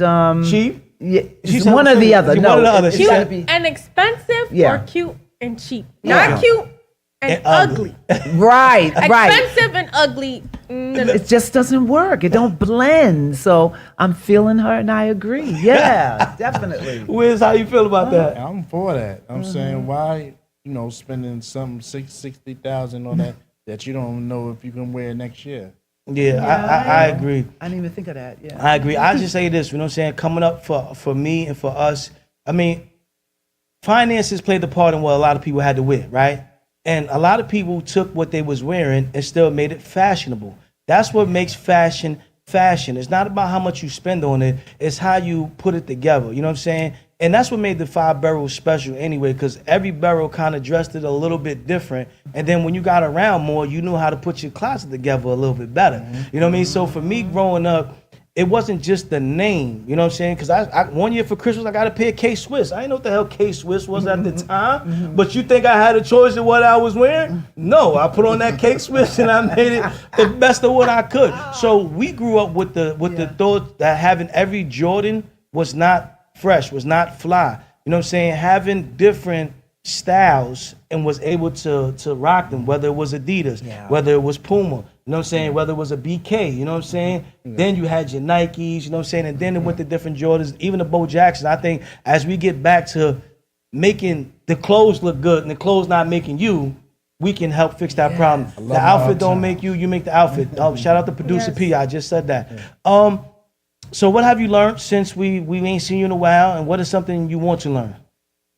So something that I've learned since I've been gone is that when you want to put in the work, everything will be easier. Instead of when you don't want to. And then something else that I want to learn is, why is it hard to be a high schooler, right? To be a high schooler and come to school and everybody's funky. Because why is it so hard to put on deodorant? That's what I want as a high schooler. As a high schooler, why is it so hard to put on deodorant? Candy, we're going to let you start this first, Candy. I ain't getting involved. Go ahead, Candy. Wow, you have to experience that, Dag. Every day. Oh, no. Oh, no. Anybody in the chat that might know something, help us out. Yeah, feel free. Because I can't really take those real bad odors. You know what I mean? Because I love fragrances. Matter of fact, part of my modeling career, I was promoting fragrances, on a big level. So I really can't take those odors. And I would probably offer a few dollars and get no, just bring in some bring in some deodorant and say, yo, baby, here, Somebody starting to fight, Wiz. If you hear somebody stick a deodorant, that's a fight, Wiz. What's up, Wiz? It's a fight? It really is, because they be like, no, it's not me and somebody, no, it's you. And they be the ones like, oh, it stink. You're smelling yourself. I'm sorry. So is it the funk of the person not knowing they funky? They be knowing they funky and they still don't care. Everybody be telling you you're funky. And they be like, no. Yes. Look, you. D-Chorus, shout out to D-Chorus in the building. He said that's an early sign of mental health. What do y'all feel about that? Maybe they have a mental health issue. Yeah, possibly. Okay. Kazi, See, okay. Some people do have mental health issues and they like depressed and they don't want to do stuff. But I feel like sometimes they be blaming it on the mental health and it really don't be nothing. You just want to be funky. And that is a problem. I've been sad sometimes in the morning, gotta go to school, but I never said, oh, let me just skip deodorant. Now you're making everybody upset. right. Everybody's having a bad day. Wiz, don't cover your face. We in this together. Me and you and C is in this together, all right? Yeah, y'all ain't gonna try to back out on me, right? I'm gonna be real because see that's a part of the village because the first thing blocking the mic, come Wiz. out, I'm sorry, the first thing that somebody kills your mama's gonna tell you, boy, go back in and put some Thank damn you, deodorant thank you, before thank step you. out this house. Thank you. Because your mother will let you know like that. So to me, I don't know. Maybe Nowadays. they can't afford it or no, I don't think they people- can't afford it. I think you was right on where I was gonna go with it. And I mean, yeah, if you got good hand skills, you out there, you know what I'm saying, with Mayweather and all them, then just give them a stick of deodorant because something else gonna come. You got just dodge, dodge a little bit. Don't just sit there. Something might come back at you. Mental health, I do agree with it, but I think it's a scapegoat situation happening with the word mental health. Okay, you have some people that are seriously diagnosed. Yes, with those that are diagnosed, I have no problem with that. And you, as the parent, the caretaker, or the person that's involved in their life, you have to do a better job of not letting that kid leave, you know what I'm saying, without letting them know. You understand what I'm saying? Wait. Hold on. Keep your thought before you finish. And then there was a certain time in the late 90s and the early 2000s. No, forget the 90s. I'm going to say mid 2000. Funky became cool. Because your friends was not, I'm keeping it 100. There was people hanging out with people that knew that the fragrance was off and they said nothing about it. So you 2000 babies, I'm starting to blame some of y'all for y'all letting it rock. Because you was with your friend, right? And if your friend stank all the time, his name became Stanky, whatever it was. All right? You know I ain't lying, Larock. When you was coming up, the name, you didn't want the name Stanky on you. And then it became Dirty Stink and it became cool and acceptable. We got to a point where it was no longer about mental health and it was more about you not losing a friend, so you just didn't tell them or hold them accountable. We got to get back to accountability at some point because even adults with disabilities, if they ain't smelling right, and I'm not talking about the ones that can't be coached, the ones that can't be helped, you know what I'm saying? Somebody that's really in the middle of the street that belong in a more secure facility. I'm not talking about those ones. I'm talking about the ones that are capable enough to know they need $10 for some weed. They get the weed, then they get their roll-up paper, they get everything else, but the hygiene right. Your friends are failing you. Okay. Once I'll read it right now. What he said. Once a person stop caring about how they look or smell, is that the first sign? What y'all think about that? Of a mental breakdown. So I guess he's saying, could that be the first sign of a mental breakdown? I would agree with him. I would agree. Yeah. What do you think? Yeah, I think so too because me personally, there are times where I be like, it don't matter what I wear because I'm going right there. But sometimes when you just feel like, oh, I shouldn't even try, then yeah, you might be feeling something deep down. And I think music has a part in that, but also the societal norms that they say that's okay. Walking around with the bonnet, walking around with your slippers and your house shoes outside, the pajamas. The more lazy the clothing becomes, the more lazy the smell comes. Because usually when you're a little funky, you've been in your house 2-3 days, it's just you, the potato chips, and the TV. We can understand that. But now they coming outside like that on a regular basis. Let me just say, sometimes it be them baddies and the cats that like, I'm him.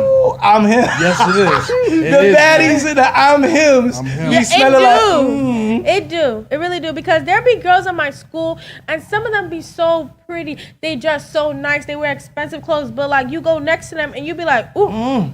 What? And it just be like, where's the deodorant? You could buy this, you could buy Lulu, all these things, but you're funky. I don't like that. And there's some people. Because they ran out of money. No. They bought the Lulu. Yeah, that's what it sounds like. That's what it sounds like. Yeah. And see, now here's the funny thing. Because they didn't grow up in a time where, we grew up in a time where if one thing didn't work, we had to figure something else out. Yeah.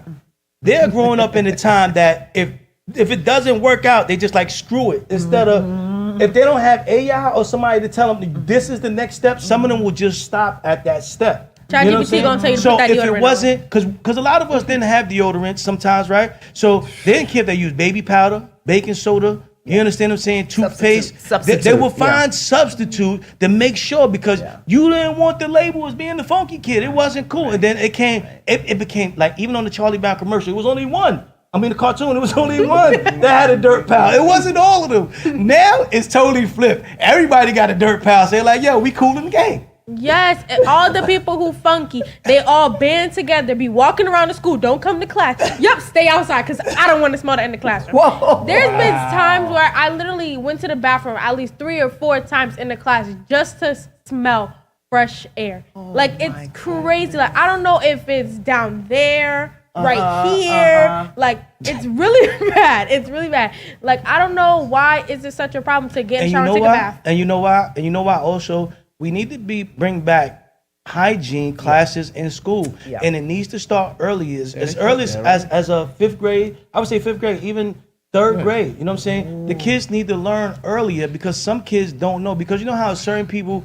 everybody has their own scent. Number one, so you got to understand you have your own scent, and then you have things that you can add scent to you. And I think a lot of people don't know that. So I don't knock people that it's religion. Washing their clothes. Some of them don't wash their clothes. That's back into the hygiene class. They put it right back on. Yeah, I think gotta home ec. Yeah. You know, bought them Balenciagas, and you don't want to wash them. You know, wearing them 3 days in a row. Because you ain't got, because they only got one pair. They only got one. The Nike tech suit, they never take off. Get some swab or spray.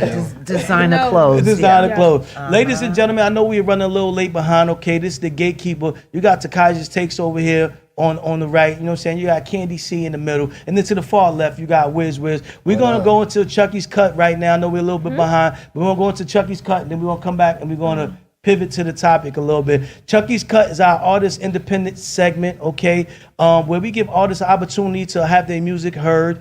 Today we got D Chorus, and we got Ant Diggity. The Bad Guys, the name of the song. You guys can vote in the chat. 1 for keep, 2 for kill. Okay, if you want to go and vote, you can go to crowd.live, okay, ladies and gentlemen, and put in the code U as an umbrella, 8 as the number 8, okay, C as can, A as in apple, N, okay, as in now, and you vote to keep or kill, and then come back. All right, if Al give us a little bit of extra time, we might touch on the topic, but just come back so we can close out the show properly, okay? And y'all go to vote to keep or kill this track. Shout out to Ant Diggity and my brother D Chorus, all right? Bad Guy coming up now on Behind Enemy Lines.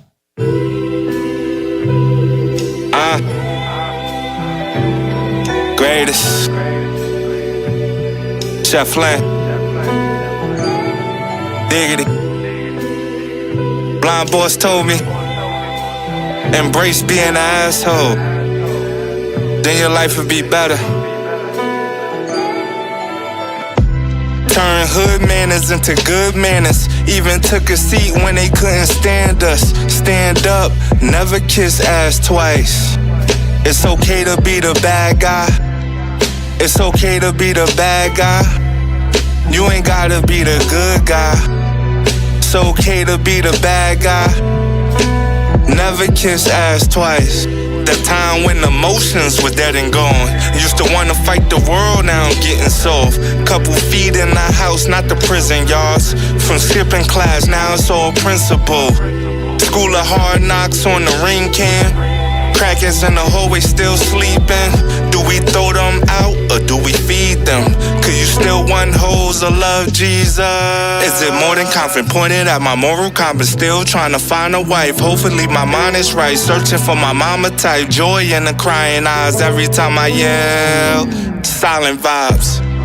Back and forth, no ping pong. How you go through life with no theme song? Once the glass shattered, really felt stone cold. Had everything, and reality's all lost. People pleasing, reason why we fall short. Trying to run a check up like it's our ball. Guess it's just pussy, I was taught wrong.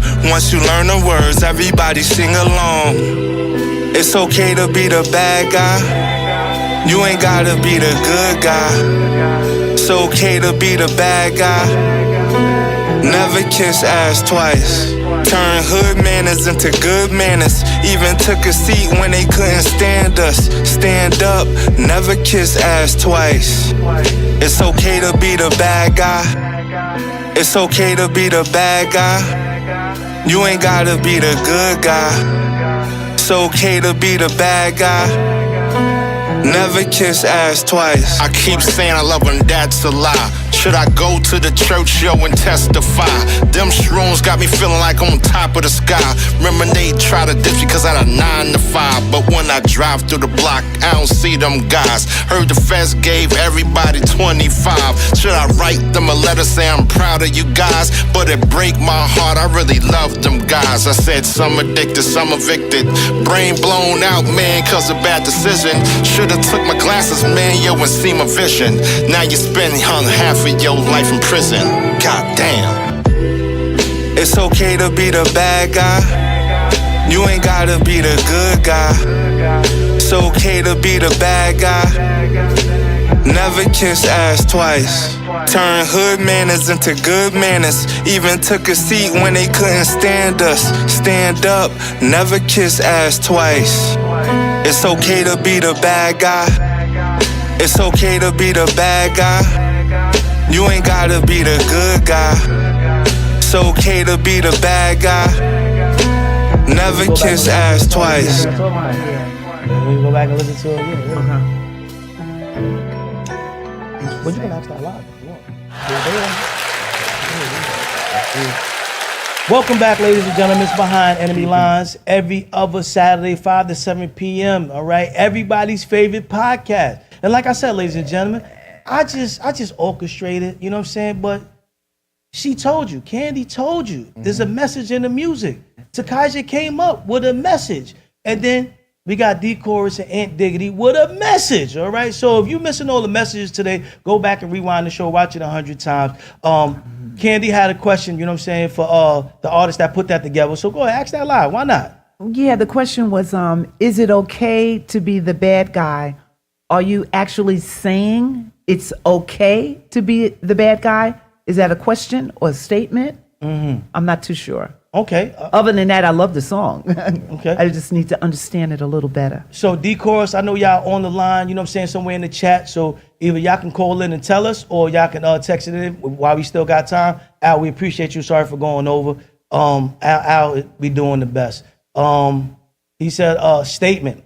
That's Ant Diggity, you know what I'm saying? It's a statement. And if you want to put in the chat, you know what I'm saying, what the statement is supposed to mean, because when she asked me, I said it was a statement, and I said the way that y'all attacked it was showing all the good stuff, you know what I'm saying, that people consider, you know what I'm saying, soft, corny, or cornball, that turns you into the bad guy. You're going to school, you're getting educated, you're not going to jail, you're putting qualities in there, you know what I'm saying? So that's what I got from the song, and if I'm wrong, feel free to iterate it. So that's what he's saying. It's okay to be the bad guy. Be the one that go to school. Be the one that shows up. Be the one that's accountable. You know what I'm saying? And if they don't appreciate you, don't kiss ass twice, all right? They don't appreciate it. Go to someone that does appreciate it. Once again, and what Wiz said earlier about building a village, that's how you build the village. You got to be with like-minded people. You know what I'm saying?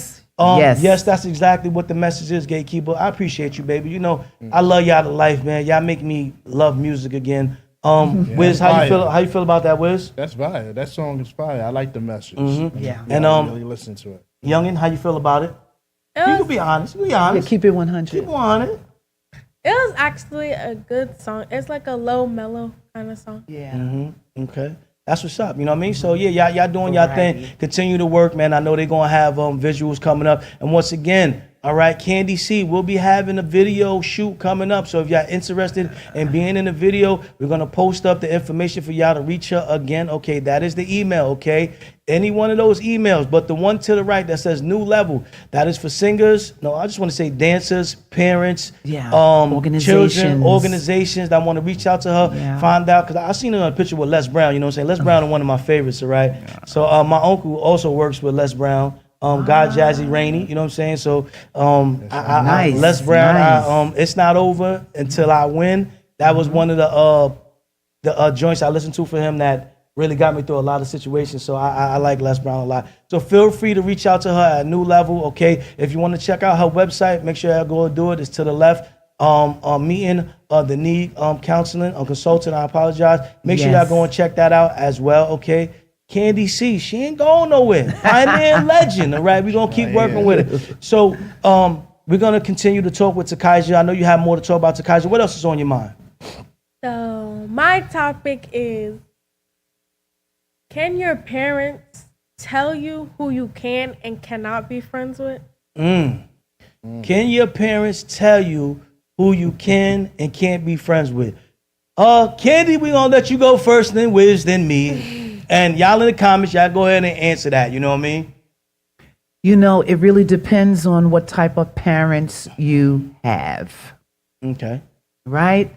If the parents are on drugs and wilding out, and they're advising you on what type of friends you should have or what type of friends you shouldn't have, I don't think they're in the state of mind to really give advice. Right? That's the way I'm looking at it. Okay. What do you think, Gatekeeper? No, I mean, it's crazy because sometimes the people that are in the worst situations somehow know how to steer their kids right. So for some reason, the drug addict knows how to tell your kid to stay away from other drug addicts. I don't know how they do it, but sometimes they do it. But that's right. good. That's good. If that's good. happening, that's good. I don't know. But I also agree that, you know what I'm saying, if you're not doing the right thing as a parent, because I believe, you know what I'm saying, kids role model what they see before they do what they hear. Yeah. So it's a lot harder to tell a kid not to do something when you're constantly doing that, and then you want to have something to say about their friends. So I definitely get what you're saying with that too. WIZZ, what you got on that, WIZZ? I'm old school. Because you got to remember, us living before the kids, we experienced who not to be friends with, who we could be with friends, who's the user, who really don't like you, who's envy of you because they want wants to be like you. So you can advise them and just tell them, I'd be like this because you got to let them touch the stove. You can tell them and all that because rather than them sneaking to be with them, you want to open up that dialogue for them to come back to you. You're like, yes, that you was right. But you know, you can advise them and all that. Because if you challenge them, don't be that, they're gonna rebel. Even if you're on drugs or anything, or if you're just that parent that's in the person's life like that, sometimes they have to see the view of life themselves. Now, see, I like how you went with that, but now that's a double-edged sword, right? Because you want to be the parent that gives them some leeway, right? So, and then you wind up going from leeway to not saying nothing, and then you wonder why two funky kids hang out. Your parent was telling you, no, because she brought this up earlier, so we might as well make it go full circle how this working. See, you told her not to hang out with Funky Susie because Susie funky. You know what I'm saying? But she like, oh, he just hated on Susie and that's my friend. So now you've been hanging out with Susie for 8 years, and now y'all both funky, and now you mad that y'all in high school because you didn't notice it when you was in elementary school. Now the funk is come a funky bunch. I'm the village. If that's what happened, and that person, if she coming to my house, I'ma have. No, you just laying more instance until they leave. No, I'ma have that talk. You know he lying, Al. Like, look, he lying, Al. It was like how was they be teasing Terrence how you need some money? No, do you need some deodorant? Like no, right. But you make it a conversation. Be like, look, you just gotta tell them in life, you don't want to be in that stigma that people wants to know you only for smelling. There's a personal thing. Come talk to me if you need something. I'm that village. You know what I'm saying I came from that village. You know, my pops started the village. Stop it in the background, all right? C told me, she said, don't ask no questions about it. We're not talking about the people in the village, all right? Not down leave them alone, okay? He said of the village, okay? All right, we're not going back here voguing and all that. That's not what we're talking about. Stay focused. You got to be careful with it. But my whole thing is to have the conversation, make the child feel comfortable. Like that. Then you like that, ever like that. But you have those situations where somebody might be envy of your life. And sometimes it results to a bad situation. All right, so now I'm going to ask you before I put my 2 cents in. How do you feel about parents that tell, their kids who could be their friends and who can't be their friend? Honestly, I've never been in that situation because I really don't say everybody's my friend. I could talk to you for the whole entire 365 days of a year, and I don't still think that you're my friend. But I feel like certain people, if your parents say, oh no, don't be friends with that person, I feel like you should listen. But at the same time, me personally, if my parents like tell me, oh, don't be friends with that person, I'm going to say okay, but at the same time, I'm going to go back to school and talk to that person. Because I want to see what they're talking about.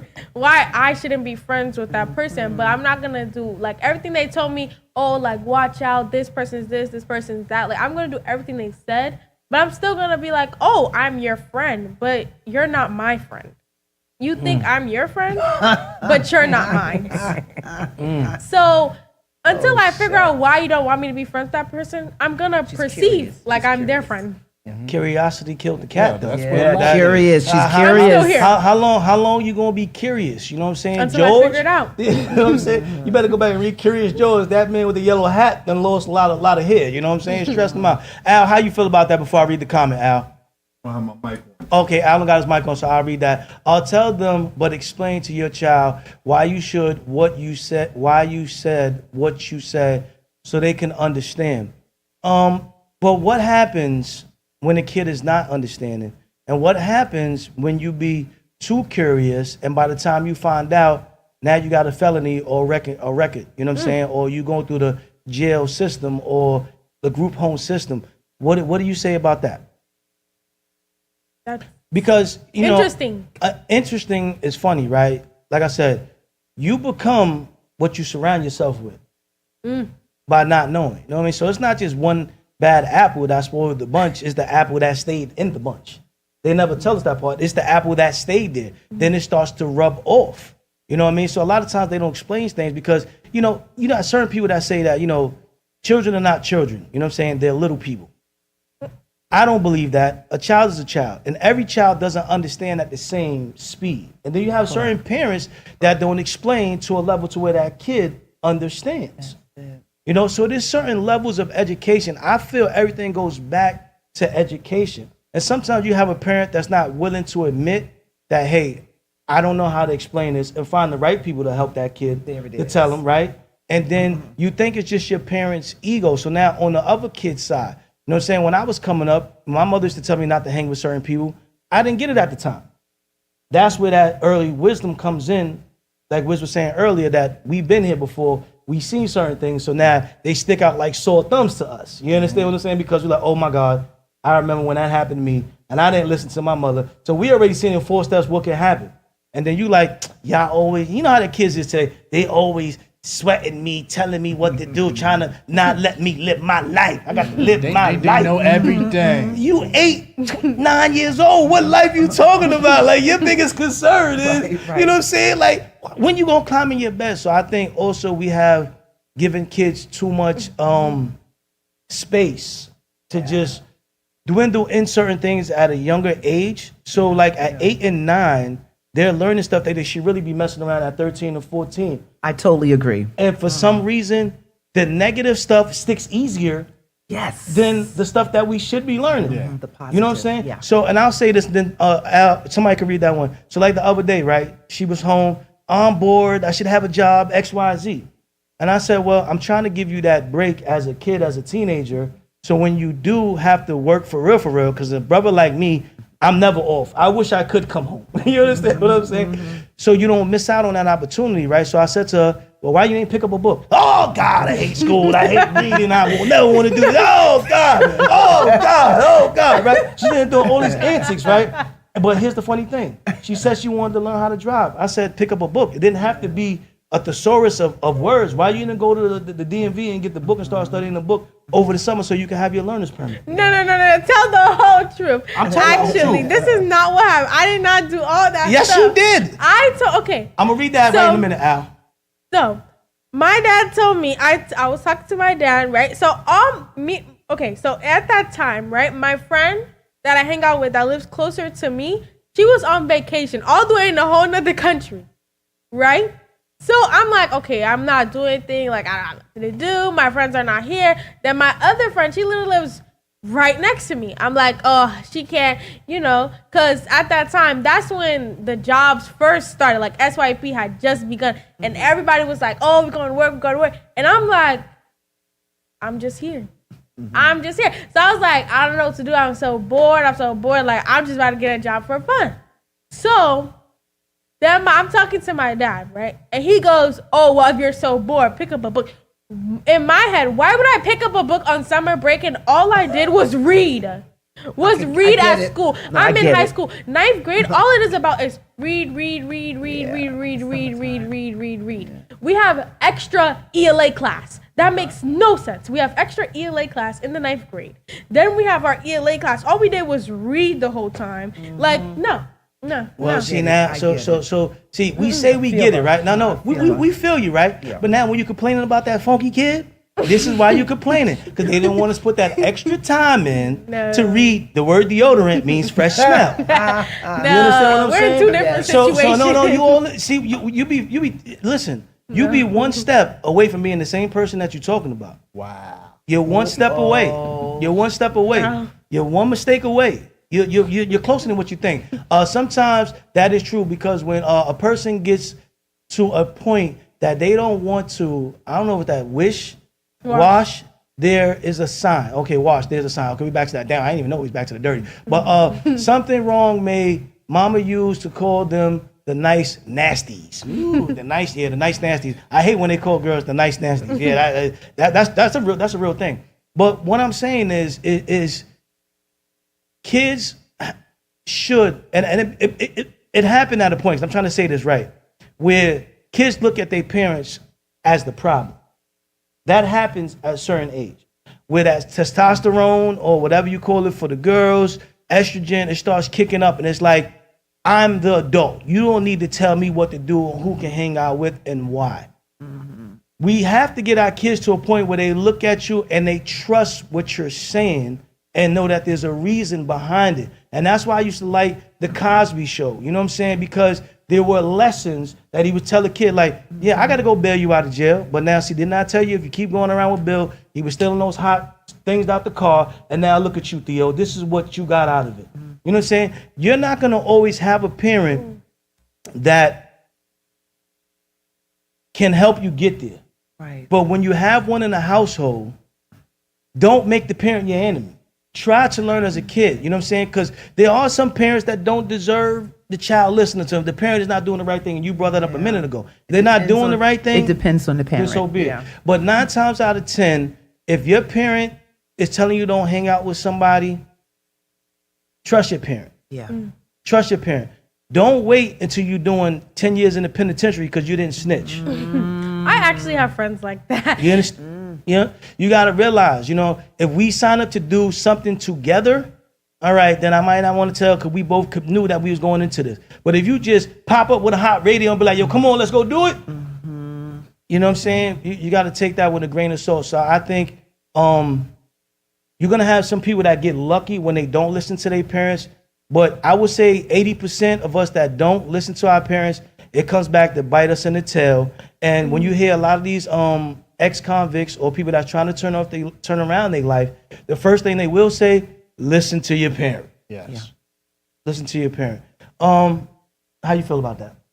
Okay, so I believe that saying where it's like, oh, one apple, the rotten apples poison the all apples, whatever it says. I believe it to a certain extent because I am a green apple around a bunch of red apples.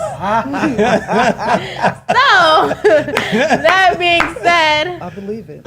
I hang around a bunch of different kinds of people. I hang around like people who are goody. I hang around people who are like, they think they're tough, but they're not. I hang around actually like people who are actually bad. You know, people who are runaways. Like also, I see the good in everyone. But there are certain things that I'm not going for. Certain things I'm not going for. Like my friend, he ran away from home. And he was like, yo, let's run away together. No. No.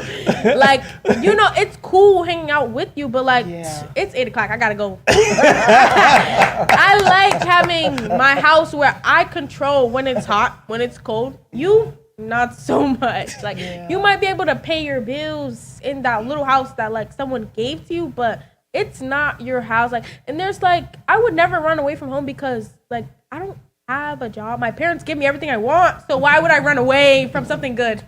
That's right. I mean, you might have it bad, but it's okay because you know you can always fix that because you ran away. But me, no. I don't know what that life is like. Vocals by Jamel said, some parents don't care with what their child is doing. So be grateful you have caring parents. Yeah. Okay. I used to want parents that never care what I like. When I was in 6th grade, all my friends, like some of my friends, they used to be like, "Oh, we're going outside. We're going to do this. We're going over there." Like I used to be like, "Can I do this?" And like every day, I used to be so mad at my parents. Like really, like some days I just wanted to like bring my friends to my house and jump my parents. All because they would never. Confessions. This is live, y'all. Never like. There was a time where all my friends in the 7th grade, like I was rebelling in the 7th grade because I just like, I don't know. It just, after I got to 6th grade, something happened to me. And then like, I just rebelled on everybody. And like, I was just being bad, fighting every single day. My parents were always at school. And my friends was like, "Oh, we're going all the way." I think they went to like, they was going to Coney Island one weekend. And I was like, "Oh, like, I'm gonna be good the whole week in school. My parents gonna definitely let me go." So right, I asked my mom, "Oh, can I go to Coney Island?" She was like, "How are you getting there?" I was like, "Oh, me and my friends are all gonna take the train." And my mom was like, "No, why would I let you get on the train? You're only in 7th grade." I was so mad. I called my whole entire group. I was like, "Bro, let's just do it right now. Right now." Everybody, I was like, "Come on, guys, we're just gonna jump my parents so I can go."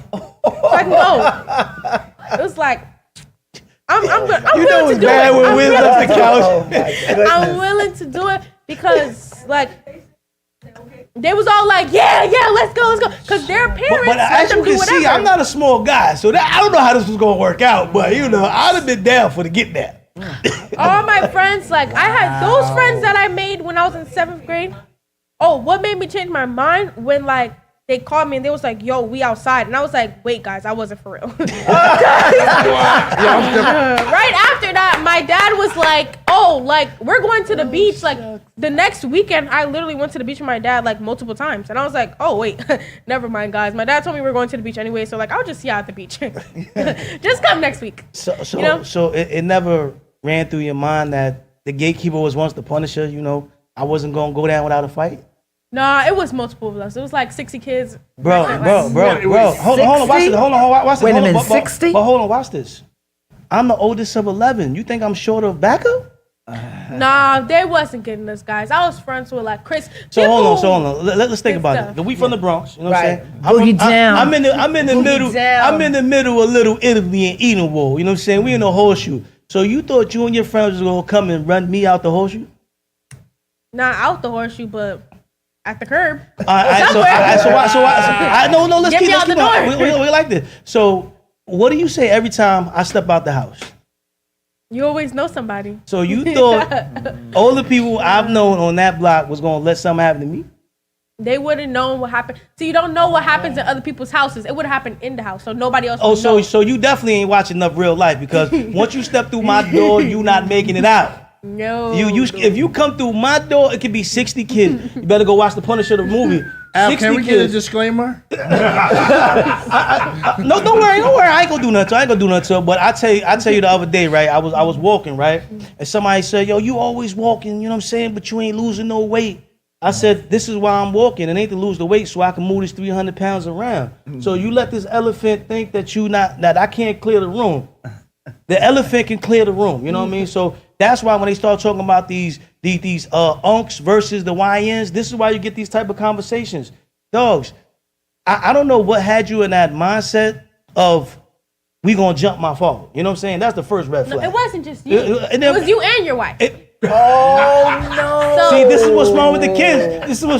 Oh no! Because they don't know where to stop the bleeding. They don't know where to stop the bleeding. No, but it's okay. They don't know where to stop the bleeding. I'm different now. But I hear you, baby. I hear you. We still left the show. I hear you. We oh, Shahida Purdy. I was gonna ask that. What was the question? Let me go back.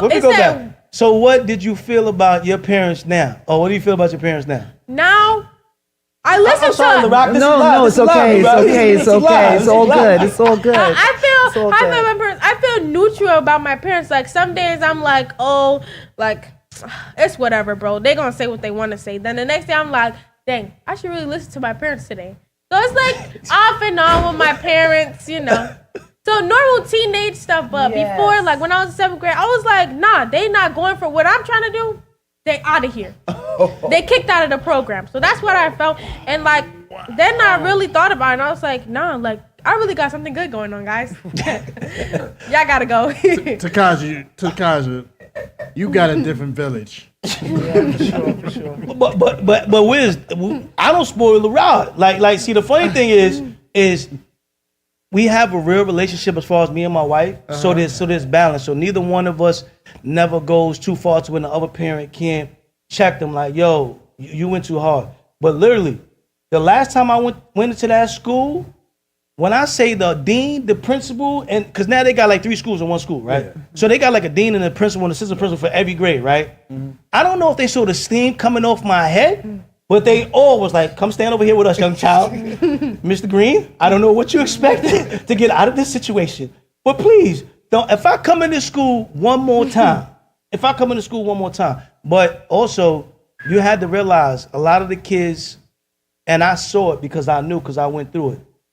You were trying to fit in to where you didn't need to fit in. And the reason why you feeling neutral, because you're starting to get the followers mentality out of you, and you're becoming a leader in your own. And that's what every parent wants for their child. And I'll read that in 1 second, because at the end of the day, when I came into her classroom, she still wasn't nowhere closest to the baddest kid in the class, and most of them was women. So whether she liked it or not, every time you came home, there was going to be a consequence for your behavior. And whatever you wanted to escalate it to, I was always down with it. My wife was on some, no.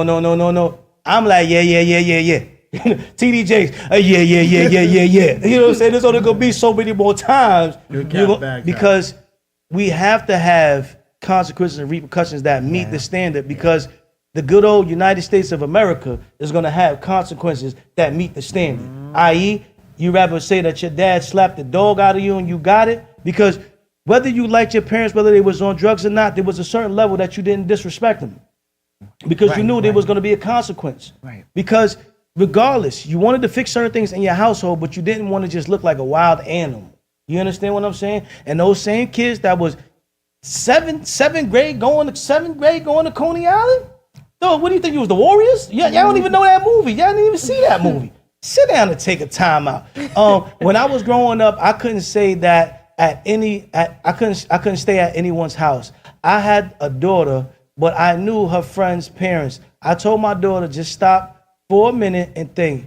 If it's going to be lead you down the right path, then go for it. If it don't, go that way. They'll only take a second that your ass can cash that check. Pretty much, you'll be in trouble. You can't fix it. You know what I'm saying? Both parents should know what's going on. If you are a single parent, you have to be that parent like there are 2 of you. I agree with that 100%. Yes. I just, the Lord was there with you. I'm gonna say that. The Lord, and Tyler Perry voice. Al, if your mic is on, I know you got, Al, what you got, Al? I know you got something. Because I'm gonna tell you this. Evander Childs. Yeah. Top 5. All city, all state running back. If I was running through 300-pound, you think for a second I was gonna let you come into my den and walk out peacefully? See, she got 2 other sisters. She should ask them how it goes. And my oldest always tell them, she's getting away with murder. I was never, ever. Because those combos was coming consecutively like Mike Tyson. Go ahead, Al. What you got, Al? The word tells us to raise up a child in the way they should go, and they'll never depart from it. Amen? Amen. And it also says that children must honor thy parents. Yes. Right? But also it tells us that mothers and fathers should respect the children and raise them up and admonish them when necessary, so that their respect level, comes back to where it's supposed to be. I agree with that. I agree with that. You know what I'm saying? I paid the cost to be the boss, Al. I get the big piece of chicken. You know what I'm saying? Yeah. I wish that kid would have tried that in 7th grade. And they was little too. Oh man, I would have been all. Yeah, we were small in 7th grade. Man, oh my God, I would have demolished them. She said 60 kids. Al, WIZZ. But you know what, Gay? You know what's funny? I'm over here laughing, man, because the true story. My middle son came home one day, and I'm getting on him, and his boys is outside.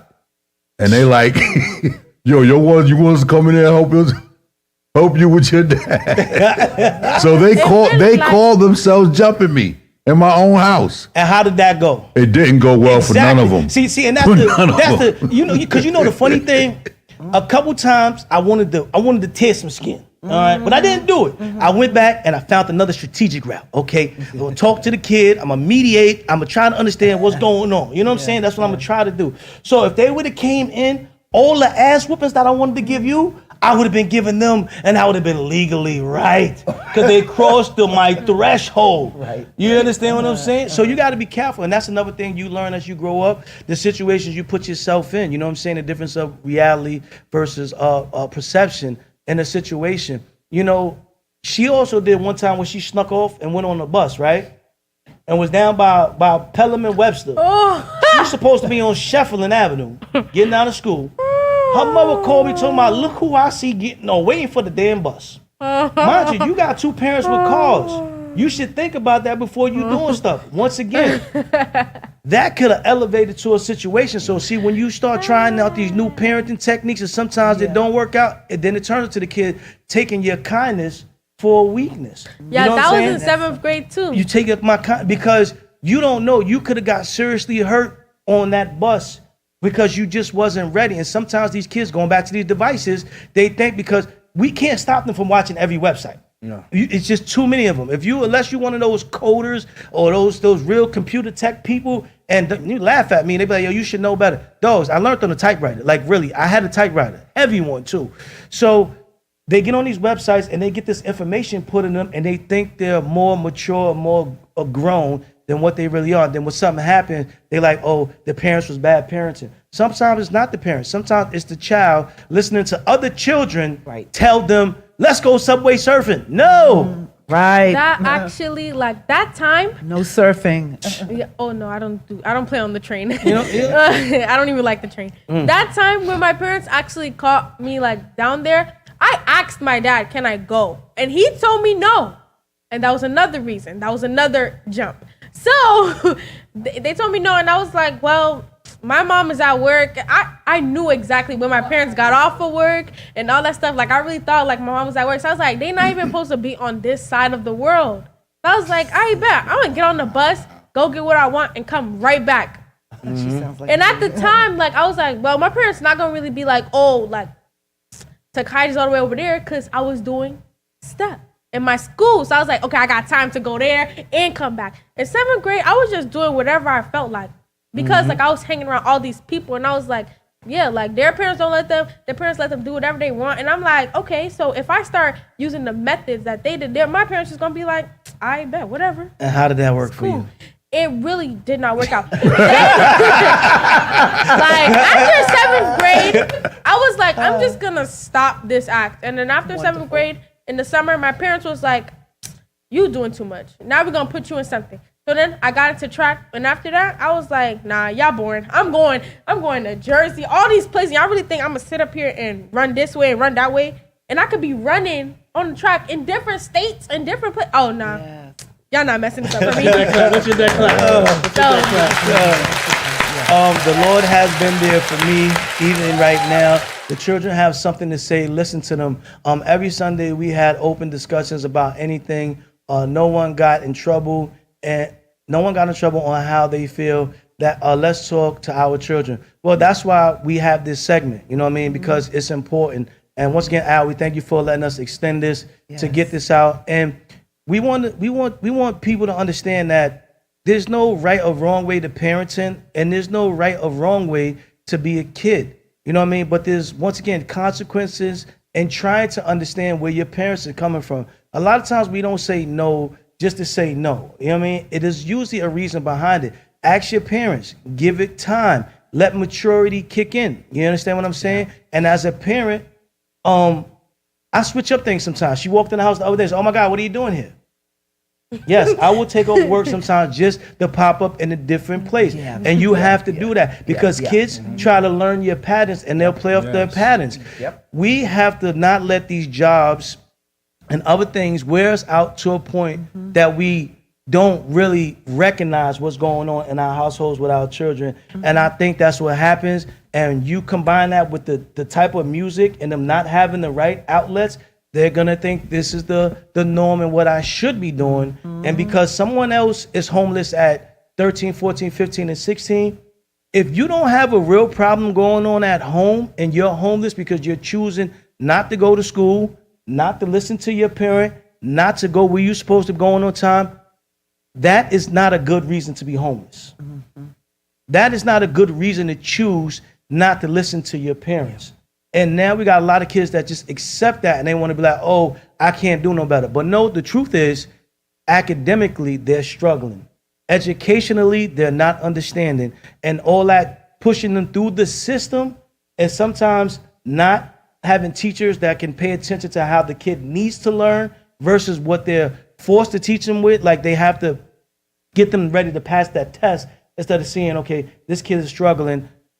We have to find a way to connect to get them over that hump so they can make better decisions. And I think once kids see that, then you'll get to a better situation. Because the only time I wanted to jump my parents is if I was in an abuse situation. It wasn't because they was doing the right thing. I never heard that. This is the first time I'm gonna jump my parents because they were doing the right thing. I didn't know. Al, I'm glad you stood 10 toes down, Al. Of course. You know what I'm saying? Of course. It was y'all had 20 toes. What's 60? Listen, we had mad you, toes. you might be sleeping on your mother because she's short. I'm telling you, we from Edenwald, those. It wasn't gonna go down the way y'all thought. I'm telling you that. There was gonna be some bumps and some bruises all the way around there. I'm telling you. What is one thing you would like to tell the youth about your experience when you was being rebellious that would help them? Okay, so the same people that you might be fighting with, jumping other people with, once you turn a new leaf, they're not gonna want to be your friends anymore. They might have been like, oh yeah, I'm be cool with you until this, until that. No, they're not, because there's a lot of people that I literally was friends with in the beginning of 7th grade. We were rebelling together, like doing all these bad stuff. I changed at the end of 7th grade. Nobody wants to be my friend, and that's really when everybody just started. I don't want to say hating. No, actually I do, because I have a lot of haters. So they all was hating on me because I'm doing other stuff that they're not doing. All they do is wake up, smoke, At go 7th stand grade? in front of the store. In 7th Go grade? do, yeah, they smoke. They're used on the to. stoop. There were kids smoking during the state test. In 7th grade. Smoking during the state test. Like all those same people, they're not my friends to this day. They see me and they be like, oh, like they want to hang out. Like we can hang out, but all the stuff that we used to do, we're not doing that now. We're not doing that. And that's why I said I'm a green apple around a bunch of red apples. Can I ask one more question? Yeah. Those friends that were rebelling, did they have the same parent structure you had? No, those people, some of their parents just was like, you in middle school now. You about to be in 8th grade, like, do whatever you want. Like, it was like, if you could wash up and do all this other stuff by yourself, then you could do whatever you want. And it was like, dang. Like, my parents don't do that. Like, my parents don't do that. Like, they just be like, no, you can't do this. You got to do this to do this. Like, you know? And now it's way different. And my parents say yes to more stuff than they say no to. Why do you think your parents say yes to more stuff? Because I'm acting different. Like, I choose Are you myself. acting? Are you acting? Or because if you're acting, you're telling on yourself now. Are you acting? Or have you demonstrated maturity and growth? No, I became more mature. Like, stuff that I used to find funny or like stuff that I used to think was cool, it's not cool to me anymore. I feel like it's so corny. It's so like lame. Like laughing at, like in 7th grade, I used to laugh at old people like tripping on the floor and stuff and doing that. Like now I'd be like, oh my God, that could be my grandma. So now I just like, I'm like, oh my God. And I go and help them while other people are laughing. And I don't think it's funny at all. So yeah. And I changed myself for the better. Like when you change for the better, then you'll actually get more and more people that want to be your friend. Like I was always funny. Like everybody wants to be a friend because I was funny. I was cool. Like I was neutral with everyone. But now it's like I'm getting more people who are like willing to do better for themselves, that don't want to sit on the corner or who want to smoke all day, sell weed all day. Like I still have people who want to be my friend that are like that, but I'm not going to turn you away because you're still a good person. Yes. But everything that you do, I'm not going to do. Right, there it is. There you have it live, man. TYKAJA'S takes, man. And the reason I asked that question about parents, because like I said, it does make a difference when you got to understand why your friends are rebelling. You know what I mean? Don't rebel just to rebel. If we're not in the same situation, we can still be friends, and I don't have to have the same behaviors you had. And that's what I grew up with, you know what I'm saying, when I was coming up in Idawal. At first it was, when my friends fight, I fight. Didn't care what it was. But then we started realizing through trauma, you know what I'm saying, through lack of education, through homelessness situations, or maybe that kid was stealing out of the store because he didn't eat last night. See, if you're going through those situations, you're gonna have different turnouts. And when you got friends that understand that, they're either gonna help or guide you to the right places, or y'all gonna be sitting behind bars, and they always got an open bed. They said, Kaja, there are people in your life for a season, and that's okay. Just have to move on. Yeah, it's definitely like that. It's definitely like that. Yes. Al, can we go to the red flag? We're gonna go to red flag court. Oh, wait. I'm sorry. Also, guys, I want to tell you guys, my team, Bronx Tigers, we're having a fish fry, you guys. So if you guys want to come out to the fish fry, it's okay if you don't like fish because there's other stuff at the fish fry. Why y'all didn't tell me when? Yeah, I would. Oh, it's wait, I don't have my phone. Labor Day weekend, guys. The flyer is coming soon. It might be ChatGPT, but it's okay. We don't discriminate against AI. There's enough water to go around. I'm telling y'all. Oh, okay. So yeah, the Bronx Tigers.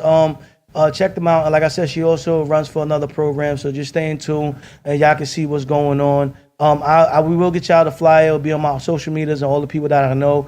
Come out and support the kids, man. You know, it's a lot of kids that need this type of support so they can see other things and be around other environments. Like I said, we're going to go into red flag court right now. TYKAJA'S Take, she'll be back as soon as she can because she is pretty busy, but we try to keep her in tune for topics like this, you know what I'm saying? I'm glad she didn't jump me, you know what I'm saying? Because it wouldn't have worked out. I'm happy too because now for this Christmas, guys, y'all see, there's going to be a show around Christmas, y'all. I might have some Chanel rain boots, y'all. Oh, my goodness. That's happening this Christmas. That's happening this Christmas? I don't know. I'm happy you're here. I feel now some. I have my No. If I would have known I was going to get jumped, I wouldn't have bought the Lulu. You heard? You know what I'm talking about? No, it's all good. It's all but you know, now I know, you know what I'm saying? But, you know, it is what it is, you know what I'm saying? Behind enemy lines, you know what I'm saying? You never can change. Hey, Al, she on Rocky 4 now, huh? Yeah. I hear you, Drago. Yeah, I hear you, Drago. Now, you shots fired. We know what it is there. Yeah, I got my brothers and sisters watching too, so you know, I got about 30 nieces and nephews. I'm telling you, it could have went down. It could have went down. So we're gonna switch to a new segment, you know what I'm saying, that we have on Behind Enemy Lines. It's called Red Flag Court. You know what I'm saying? Once again, we the judges, you know what I'm saying? Like, we ain't gonna debate about it. I'm gonna read something and we gonna vote guilty or not guilty. I'm gonna tell you what the DA said, I'm gonna tell you what the prosecutor said, and we just gonna vote guilty or not guilty. So Red Flag Court, only on Behind Enemy favorite podcast.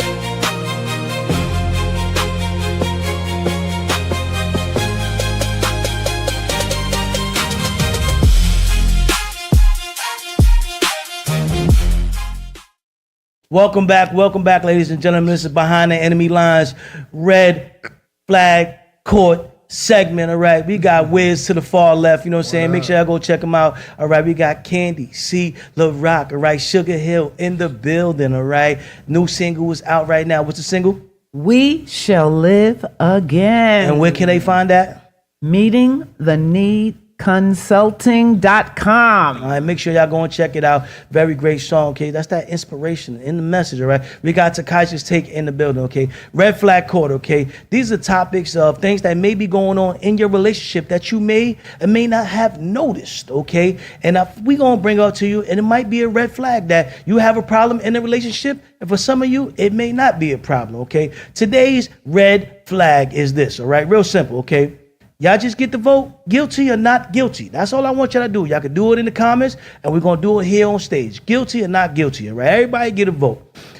Your partner still sleeps with their phone face down, all right? This is what the prosecution is saying, okay? They saying, you know, it could be because you have something to hide, okay? You're turning over every night, you know what I'm saying? Because you got something to hide. You don't want me to see something. Why do you have to turn it over if we're in a relationship? They want to know that. If there's nothing to hide, why turn the phone down, okay? And then the DA is out there like this. Hey, the light, you know what I'm saying, could bother you. So I turn it face down so the light don't bother you. The screen light could bother you. That's why they turn it down. They say that they're protecting the screen. They don't want the screen to get damaged. That's what the DA said. I don't know. And then they also said because they don't want you to think that this is something new. They've been doing this even before they got in a relationship. So we want to know, is it a red flag that your partner is sleeping with the phone face down? Is they guilty or not guilty? They got something to hide or what? What y'all think? Guilty or not guilty? We're going to start with Wiz. Oh, why gotta be me? You fall to the left. You fall to the left. Well, I'm going to play devil advocate. No. Guilty or not guilty, Wiz? It depends on the situation. No, it ain't no depending on the situation, Wiz. The DA said the light was in their face. The prosecutor said the light was on because you was talking, sneaking the bomb. Guilty or not guilty? You want to hear the truth? Yes. You want to hear the truth? We want the truth. I'm going to give you the truth. Give me the truth. I was protecting my grandmother's famous ingredients. No. Guilty or not guilty, Wiz? No, I mean... No mean nothing. Guilty or not guilty, Wiz? You heard what the DA said. You heard what the prosecutor said. Damn. Guilty or not guilty? It might be guilty. Might be? Is that a yes or no? I want to be on the couch. Al, he's not answering the question, I know, he's stuck. Guilty or not guilty? Not guilty, because it could be notifications. We don't want to hear the butts. Excuses. Candi, C, Larock, Sugar Hill in the building. You heard what the prosecution said, heard what the DA said. Guilty or not guilty? I really believe this person is guilty. TYKAJA'S takes. Guilty or not guilty? This is targeted. We don't want to hear this is targeted. Guilty or not guilty? Not guilty. Wow. Al, guilty or not guilty? Not guilty. What? Not guilty. What? Not guilty. Wow. Are you gonna ask us why? No, there's no why. Y'all can put it in the comments why you want. Who said who? We got producer P said guilty. We got vocals by Jamel said guilty. If it's accidental, no, don't give us no. We don't want. You heard what the DA said. No excuses. Guilty or not guilty?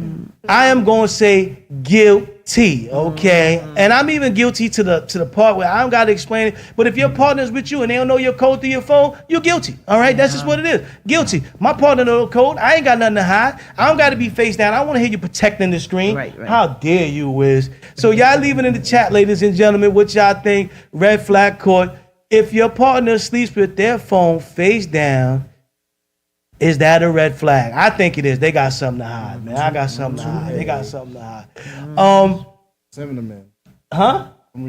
Oh, now he want to talk to Cinnamon. Where's? No, wait. Well, no. I'm trying to talk about grandma's. No, we don't want to hear no. They don't agree. Cinnamon is that girl name. We know about Cinnamon. We know about Domino's delivering at 2:00 in the morning. We know what's going on. And then you know what it is? What's even worse? When they got it face down and they got it on silent or vibrate. Yep. Mm-hmm. So that's all. Why are you laughing? Actually, when I'm around like a bunch of people, I turn my phone face down because it's really none of your business. Because you got something to hide. No, it's not. Yes, you do. You got something to hide. Look, you put your hands on me. Put your hands on me. These things. Al, he done walked up the show about 4 times.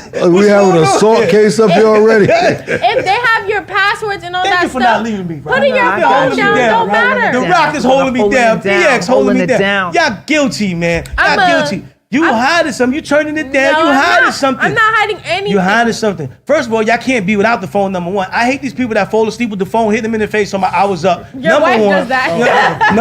Number one, and then number two, you're hiding it face down. What you hiding for? It be under the pillow. It be under the bed. It be everywhere. You gotta follow the charger wire to see where the phone is at. But you ain't got nothing to hide. No. What? They didn't say it was under the pillow. They said it was just face down. It's face down. If you're hiding it under pillows, under your body, then okay, you're guilty. If it's face down, it's one step from being under the pillow. No, it's not. So you're saying every time you put your phone face down, you were doing something? Yeah, I was. Wow. I'm guilty. I'm honest. I'm guilty. I was doing something. No. I ain't gonna say what I was doing. That's none of your business. I gonna say what I was doing. That's none of your business. So at least I'm honest. But you see, we had people in the comments that so you going to jail. You know what I'm saying? There's nothing wrong with having your phone on silent. If you have an iPhone, if you home with your partner, is annoying. If you home with your partner, your phone, unless y'all in a library, y'all in a reading situation, why is your phone on silent, vibrate? I don't want to hear that you home, you want to disturb me and all that. That the phone light was in my eye. I don't want to hear that. At a certain time, you should be not on the phone anyway. Unless it's an emergency. Back in the days, that's how it was.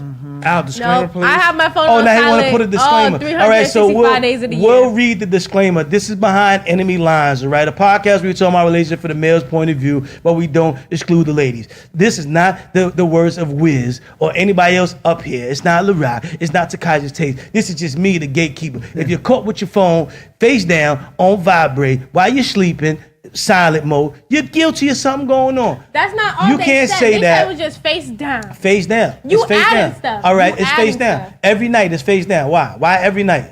First of all, Why every night? Unless why you're every paying your night? phone bill, you cannot come with Why my phone. every night? Why the bills are a shared bill? Okay, I'm not saying you should have a partner that's snooping in your phone. I'm saying your partner should have access to. That leads to snooping into your phone. There shouldn't be nothing that you can't have your partner snoop. I agree. What you having a partner for? Get out the relationship. There ain't nothing that if you have a partner and y'all in a committed relationship, I'm serious now. This will get serious now. This is why we don't argue. We talking about guilty or not guilty. If y'all got a safe in the house and y'all both don't have a combination to the safe, y'all not in a relationship. If you got a safe in the house and y'all both don't have the combination, y'all not in a relationship. No. The phone is just the same thing as a safe. I shouldn't have to. There's men and women that both do snooping, so we're not talking about that. But we're just saying, could this be a red flag? To me, it could be a red flag. You can't say that. I leave my phone on for family and my child, but I do it face down. I don't want to see the light. You don't want to see the light. You're lying. You're lying. If you're sleeping, you can't see the light. All you gotta do is turn the light setting to 10 seconds. Come to the light. Let me see the light. Just give me the light. No. And Pastor Dro, huh? You gotta say the rest of it. No. You know something going on. You can set your time. Thank you, Vocals by Jamel. That's what I'm saying. They guilty. And we're gonna lock you up. We not a hung jury. You're going to jail a day. All right? You're guilty. No, you get parole. You gotta serve time. You gotta serve time before you get parole. Community service. It's a time. No, it wasn't. Vocals by Jamel said guilty. Emma said guilty. Producer P said guilty. Yes, she did. No, it don't matter. She said guilty. She said guilty. I said guilty. Rock said guilty. Yep. So that's 7-3. We got more than the majority. You're going to jail now. Let me call Trump and get my pardon. You're going to need an OJ lawyer to help you out on this one. Tyrone, are you talking about grown people, not kids? Yeah, we talking about grown people. Yeah. We talking about grown people. We know the kids can't be without the phone. We talking about in relationships. You know what I'm saying? You with your partner, and every time y'all go to bed, it's supposed to be bedtime, and they go like this with the phone, turn it face down. Put it on vibrate. No, actually, when I'm in bed, because I'm a child. You know what I'm saying, right? You know what's going on. I'm a child. I put my phone face down because, I want to, being on my phone. I have a little bit of an addiction. She put her phone down, face down, because she afraid when her parents come by, they're going to see the wrong message. No, I caught her that's before. not true. I done caught her before. I know what's going on here. Because, certain group chats, you have to put your phone face down. I done caught these kids before. I ain't gonna play around with these kids, Al. Group chats have you in trouble. I wish I would have caught the group chat when they talk about jumping me. I would have been so hyped. I'd have been ready, Al. I would have been doing more push-ups. You know, I used to do 25 here. Actually, I'd have been hyped. No, I was surprised that you didn't catch it because, during 7th grade and stuff, my parents used to go through my phone all the time. They used to take my phone at nighttime because I was just being so bad. They thought like I was in like crazy stuff, doing bad And you stuff. was. Look, we was this close to catching her. Nope. Golly. And y'all didn't. But nowadays, like, if my parents say, "Oh, give me the phone," like, I just feel sad because now I can't use my phone. Like, I'm missing everything. Like, I'm missing all the trends and all that stuff. But like now, I just be like, it's whatever, bro. Like, and my friends, they be saying crazy stuff, but it's not me. So like, if I get yelled at, now I'm yelling at you as my friend because like, why are you saying that? Now my parents see. Yo, Al, I'm surprised Al went not guilty. Because it's never that serious. Because I'm gonna tell you why. No, we can't debate why. We'll talk after the show. Go ahead, Al. No, I can tell you why. Because I always put my phone down. Oh man, you're in trouble when you go home. But that's because of the case I have on it. Because I'm tired of buying phones or replacing the glass. Look at that. Because when it hit the floor from the other way, the impact goes to the top of the phone. The DA tried to say that. Now we ain't buying that. Listen, you had the experience. You had the experience. You had the experience. But let me tell you something, Gate. Go ahead. Since I've been doing that, I have had the same phone.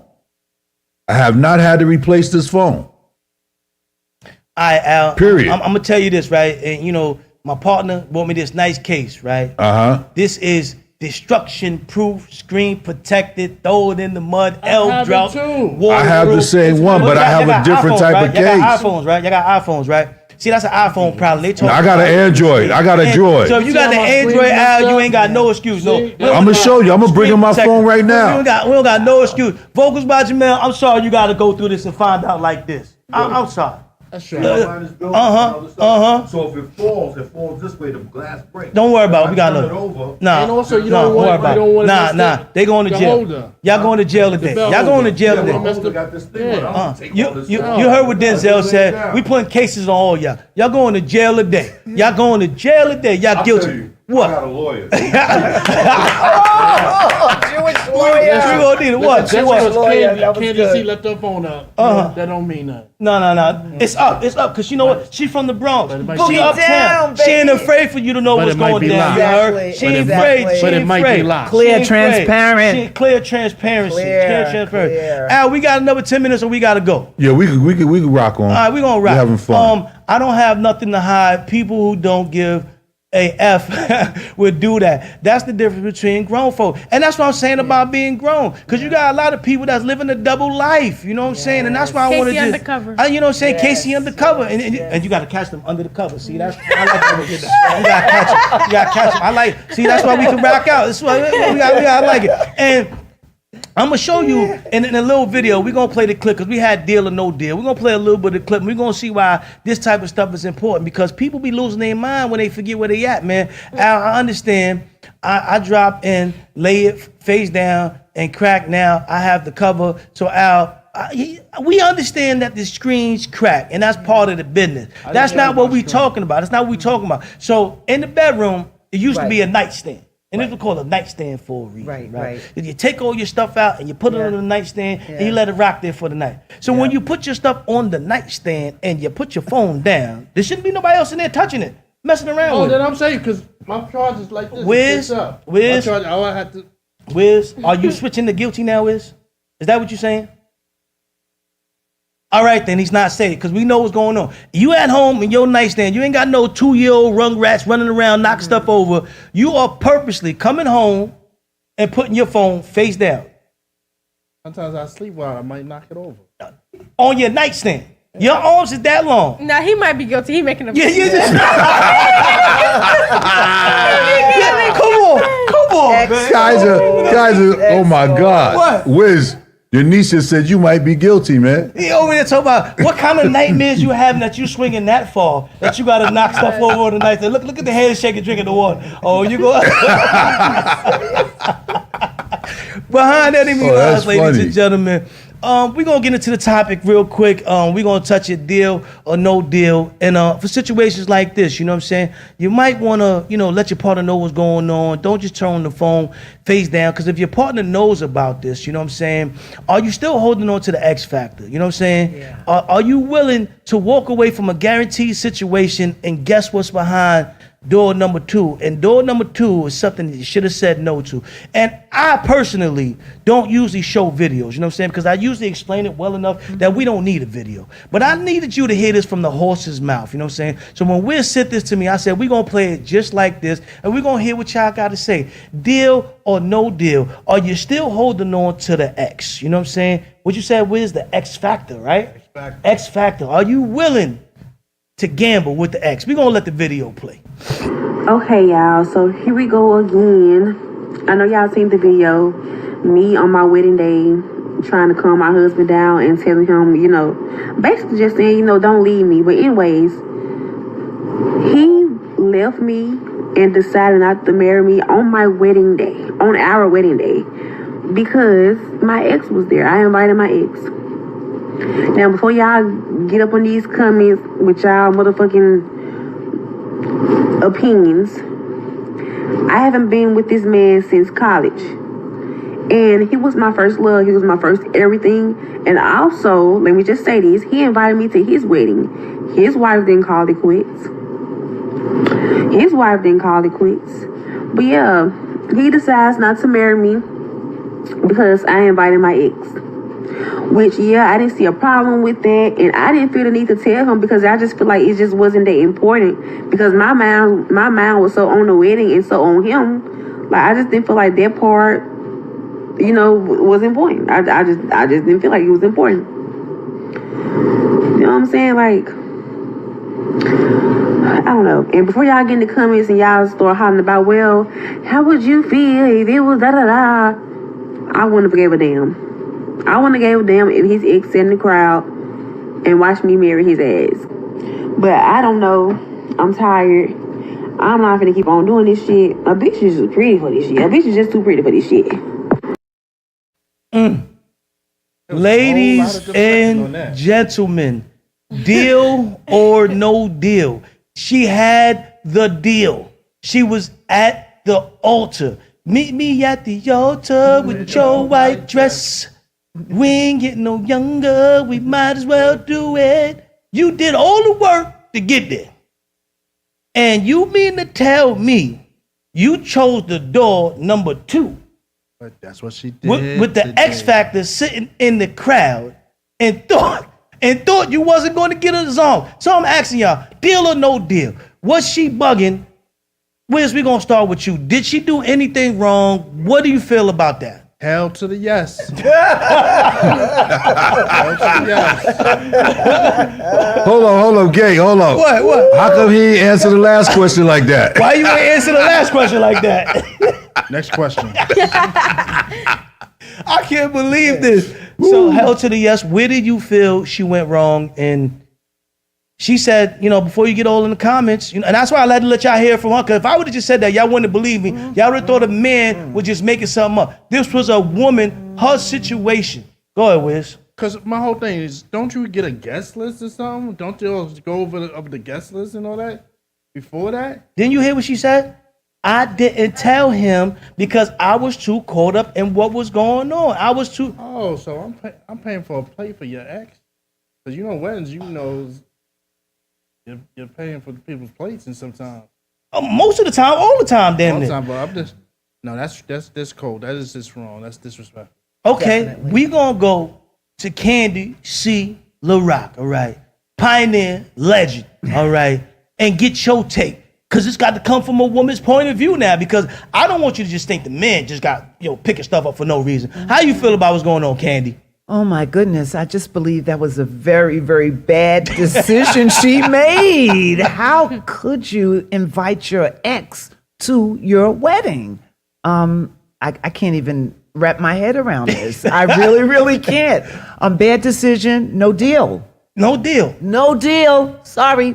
How do you feel as a woman? And I know, you fashion, you know what I'm saying, music. So you got used to communicating with people. So many different people. How can you not communicate with the person that you're gonna marry, that you thinking about? What do you feel about her saying that she didn't think it was important to talk to him about it? Honestly, I think it was very, very disrespectful. Very disrespectful. You're getting ready to make vows to spend the rest of your life with this man, and then you bring in your ex. Very disrespectful. And when we talk about red flags, and that's why I got the whole red flag court and everything, that's why this was a build-up to the red flag court. Because you got to know the small things that might turn into bigger things. Do you think she ever really told the man she was about to marry that she was at his wedding? I don't think she mentioned it. I really don't think she mentioned it. I don't think so either. I think she had her phone down. That was good, Wiz. That was good. Both vocals by Janelle saying, down. iffy on this one. Why you iffy on this one, vocals by Jamel? And Kaja, Al, you can go and then we'll let Kaja go last. Okay, so I'm gonna say no deal. You know, because again, right from the door, we supposed to be getting married and the communication ain't where it's supposed to be. That's a red flag for sure. You know what I mean? And then on top of that, like you say you haven't been with this person since college, but you still got his current number. Something ain't right here. Something just ain't right. Come on, we're supposed to know this, man. Something ain't right. Something ain't right. Go ahead, Kaja. I'm gonna say no deal. Wow. Okay. Why? Because it's so weird. See, as a kid, this is like, me hanging out with my current best friend, and then I invite my current best friend's ex-best friend to the party. That makes no sense. Why are you here? Conflict. Why are you here? And she was just making it no better for herself because it's like, she said, I have been with him since college, but there's people I knew in the 8th grade, and I don't even remember any of their numbers. I actually blocked them right after school. So it's like, you want to be around this person. You want to be this person's friend. For what? And why are you even at their wedding anyway? First of all, I would never invite anybody that I used to be in love with. She said that's her first everything. Yes. So now you're just making it seem like this. Your husband is your second. It's not good. Second is first loser. Put some claps on that. I'm proud of you, young man. Go ahead, Takaja. I'm proud of you. Go ahead, Very Takaja. intelligent. That's a good dad moment right there. I'm gonna read some statistics that I studied, you know what I'm saying, on the way up. But, you know, this was a broad survey to get into what vocals by Jamel just said, and also what what's his name, Santa just said, because it attacks this issue. But TYKAJA hit it right on the head because, like I said, we don't always remember all the sayings that we was listening to as kids. But one thing I used to always hear, relationships, especially when people was arguing, and now I know they was arguing about somebody was trying to slide through a door or something like that. They will always say that old firewood is easily rekindled. You understand what I'm saying? So when I think about that situation, you bring in a log that's already ready to be lit. You understand what I'm saying? To a brand new house that you're about to burn down. There was a wedding survey that said about 10% of couples invite an ex. 10%. 90% is not doing it. And I'm gonna tell you, as a married man, if my wife would have invited her ex, Nick, there would have been some, I was going to jail. There's been some furniture moving around here. There's still a couple of them summers. If I see him right now, Al, bail me out. You know what I'm saying? I got you. You're going to have to bail me out the bookings. Matter of fact, I'm going to come with you. You know what I'm saying? Because, you know, and I'm glad, and I'm talking about me personally now. You know what I'm saying? If I was back in the days, you know what I'm saying, as an ex, I never crossed the line when it came to people when they was in relationships. You know what I'm saying? Like, if you with somebody else, you know what I'm saying, you with somebody else. If you with me and you just broke up with somebody, I don't automatically make that my enemy. And if it ain't no reason for me to be in that person's face, there's no problem. But y'all know how the game go. Usually when you break up with somebody and y'all live in the same area, the first thing they want to do is bring around their new boyfriend. They done told them all this stuff about you. He want to play macho acho. You understand what I'm saying? And start some stuff and then settle out thing. And a lot of times, people's writing checks that they tails couldn't cash. So that 90%, that's why the ex wasn't invited to the situation. Like TYKAJA said, you had the nerve to say that he was your number one. You're not thinking about how that other man may have felt. Right. You understand what I'm saying? Right. In that situation. And then when we get triggered, you're like, it's not that serious. Certain things for a woman is not as serious for a woman as it is for a man. Yeah. You know what I'm saying? As a woman, how could you sit there and watch your everything get married to another person? You can do it once you've fully gotten over them. You understand what I'm saying? I'm saying from a distance. I'm not saying invite me to the wedding. I don't want no problems. I'm over here living my best life. I don't want to live in my best life. I don't want no problems. Don't call me. Don't text me. Well, they call them because watch 27% are openly still in connections with exes, and 60% of married individuals maintain some contact with an ex. Ain't that? I feel like that's why the phone is face down. This is why the phone is face down. Don't hold me back now, Kaiser. Don't hold me back, Kaiser. Don't hold me back. Nah. They about to jump me and all that. I'm going to do all this for love. This how love treat me. I want some answers, Wiz. I want some answers, Al. Wait, I feel the only time that you should be in contact with your ex, if you are in like married or anything, is if you guys have a child. And that's it. I agree. And that's it. I agree. Very good statement. That's it. Thank you for the youth.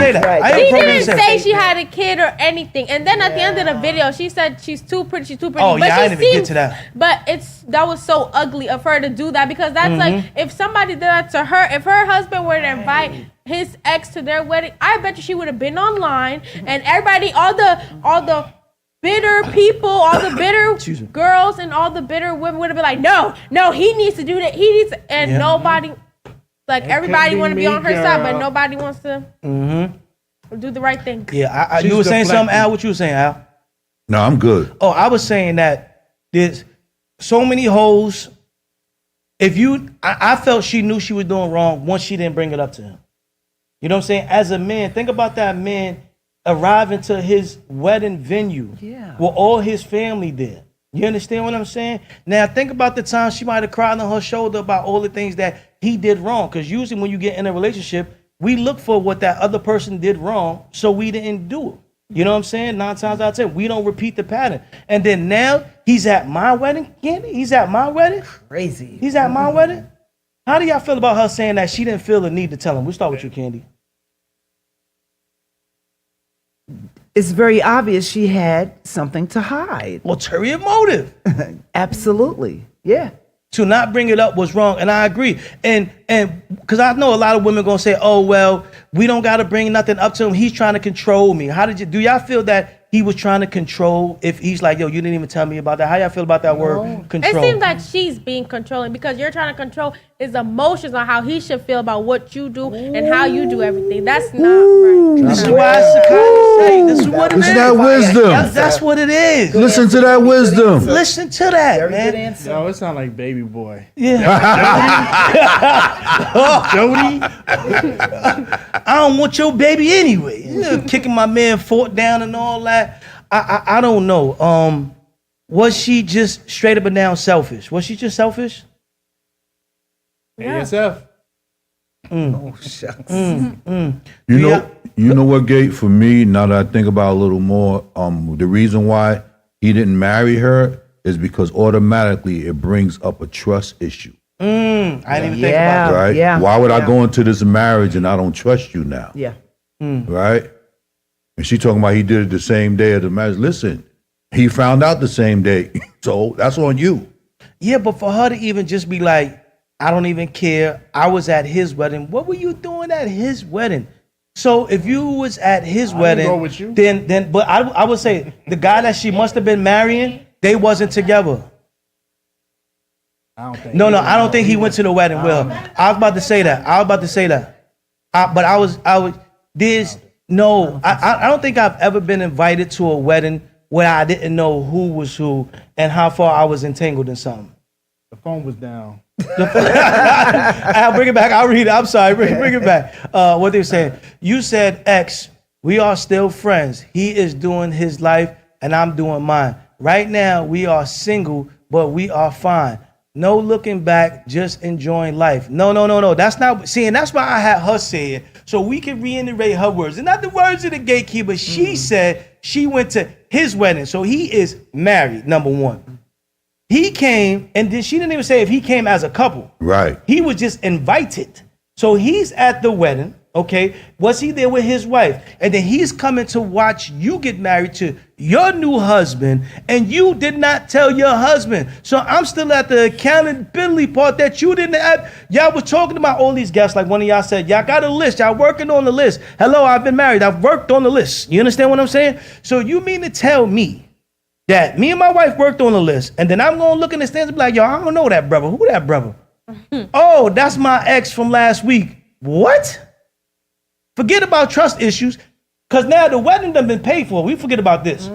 You ain't getting no refund money. You don't get no The photos. food is already there. Al, I'm breaking the cake over his head. I just gotta say this. What? Whitley and Dwayne. Oh, yes, I remember that. You right. Yes. Oh, for y'all that don't know, y'all young kids, A Different World. It's a show that used to come on. Hey, Wiz, bring your mic back to you out of the camera. Oh, there you go. I'm sorry. It's a different world. I might have knew the girl that this was gonna matter, so I'm hiding myself. Yeah, so at that specific episode, and Candi, you probably remember this too, because we watched that when it was coming up. Whitley was getting married, I think, to the general guy at that point, and then Dwayne had the nerve to stand up and give this long speech about he love you, you the only one for me, and and then the man, you done stole his wife at the altar. Dirty, got married. You know what? Can we ask this question? All right. If you did leave your partner at the altar, right? Or if your partner, ex, got up and said they wanted you and they got back together, as the ex person, could you trust? Because Al said the trust was lost for the new husband. In the old relationship now, could that guy trust her now, Al?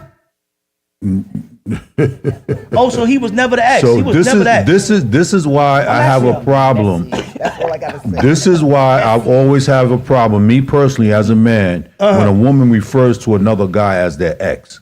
To me, that tells me that person is still in your system. Because I don't believe in exes. When we ain't together, we ain't together. It's done.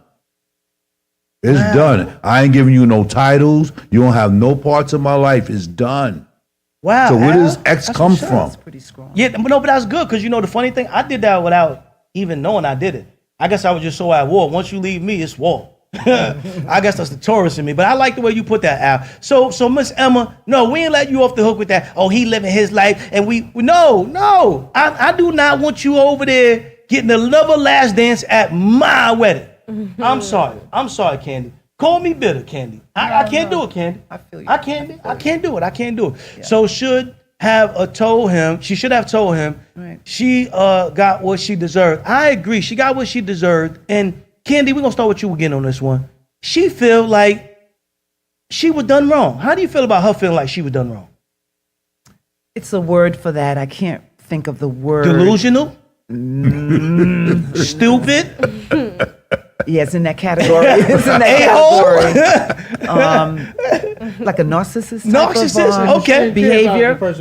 Right. She didn't care about his feelings. Very true. I don't think she cared about his safety either, because like I said, at that point in time, we know that rage can turn on at any moment. You know what I'm saying? So I think as men, and that's why we talk about these situations, because from boy to man, I think that's when we start to become men, when we start to learn to curve our anger. Yes. You know what I'm saying? To understand that, okay, you was wrong, but I can walk away. I'm not going to put hands on you. I'm not going to spit on you. I'm going to make a tougher decision. And that tougher decision, sometimes outside looking in, you look soft. You look like you ain't a real man. But it takes a real man to walk away, right. and not walk away in handcuffs. Because could you imagine, Al, the rage that could have been there because you did not know that person was coming. Right. The embarrassment of your family that is there. Right. The money that was already spent, especially if they had a nice venue. Al, how much you go for nowadays if you got a nice venue? Average 10,000, man. 10,000 grand. Down the drain. That is usually half of some people's earnings in a year. 10 grand. You understand what I'm saying? It costs that to bury some people now. 10 grand. More than that. I just gotta say one thing. Go ahead. TYKAJA, give me your friends' numbers, because we gonna jump them. Oh, the 60 friends is coming to jump them. The team takeover. That's something. You know what I'm saying? Takeover. For me, it's just no deal. Sometimes, God, you can read that. I would have took her to court after to get my money back. Could you have done that? Yeah, you could do that. I don't think you could do that. You can't Why sue. not? What How? is that when How? you sue for like your feelings or something? Not in defamation. Like defamation? Yeah, emotional distress. Emotional distress. Yes. Right. But what would be the basis? Because you had one person. Cause I'm trying to explain it. I mean, we got another person. I need a mic, but I'm trying to explain it.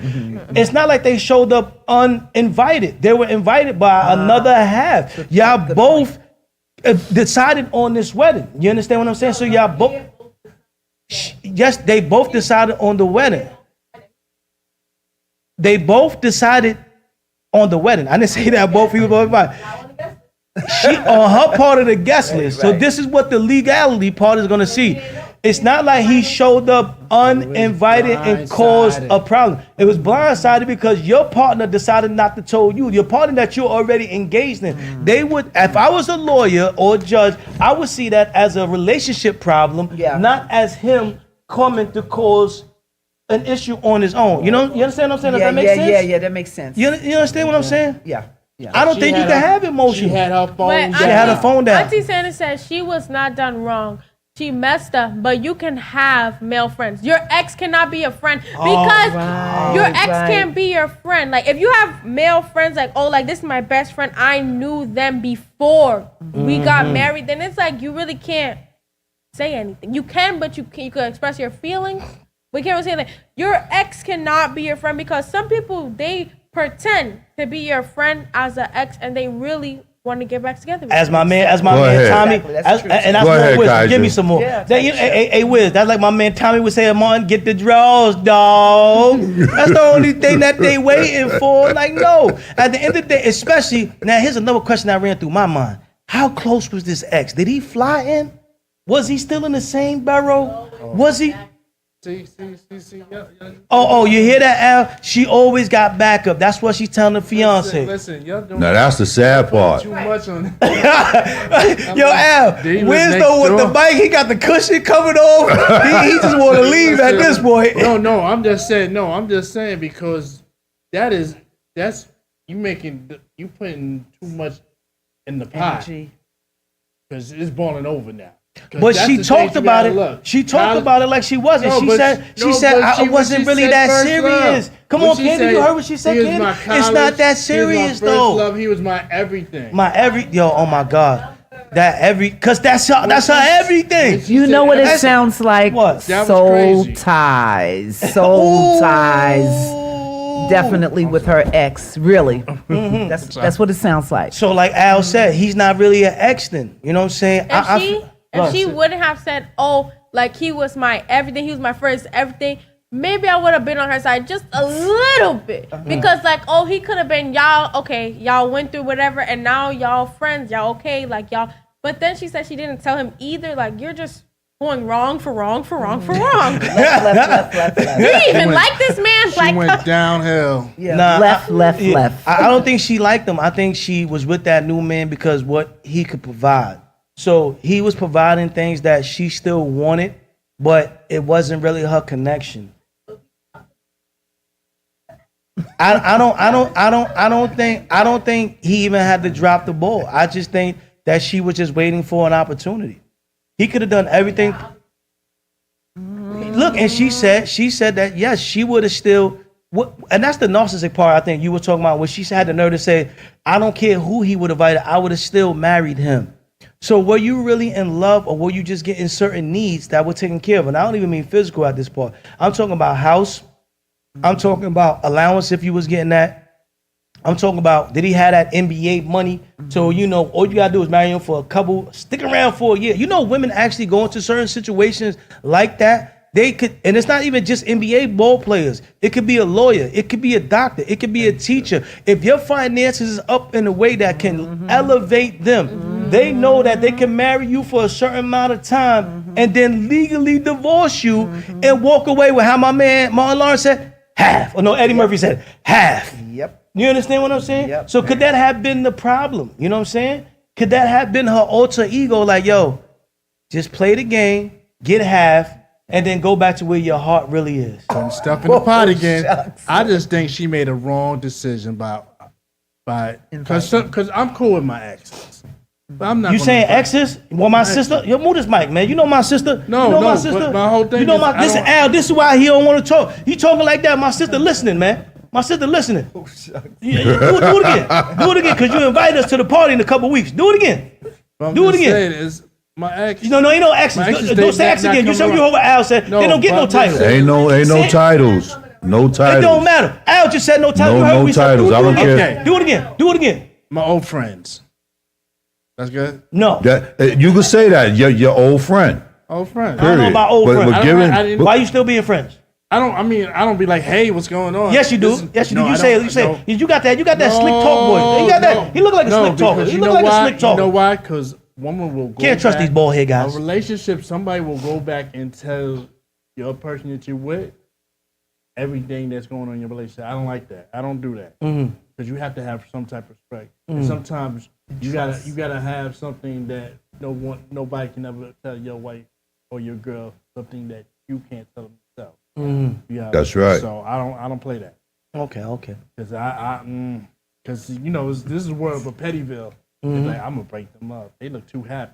Yeah, and I think that's exactly what it was about. You know what I'm saying? I don't think that she made a mistake. I think this was premeditated.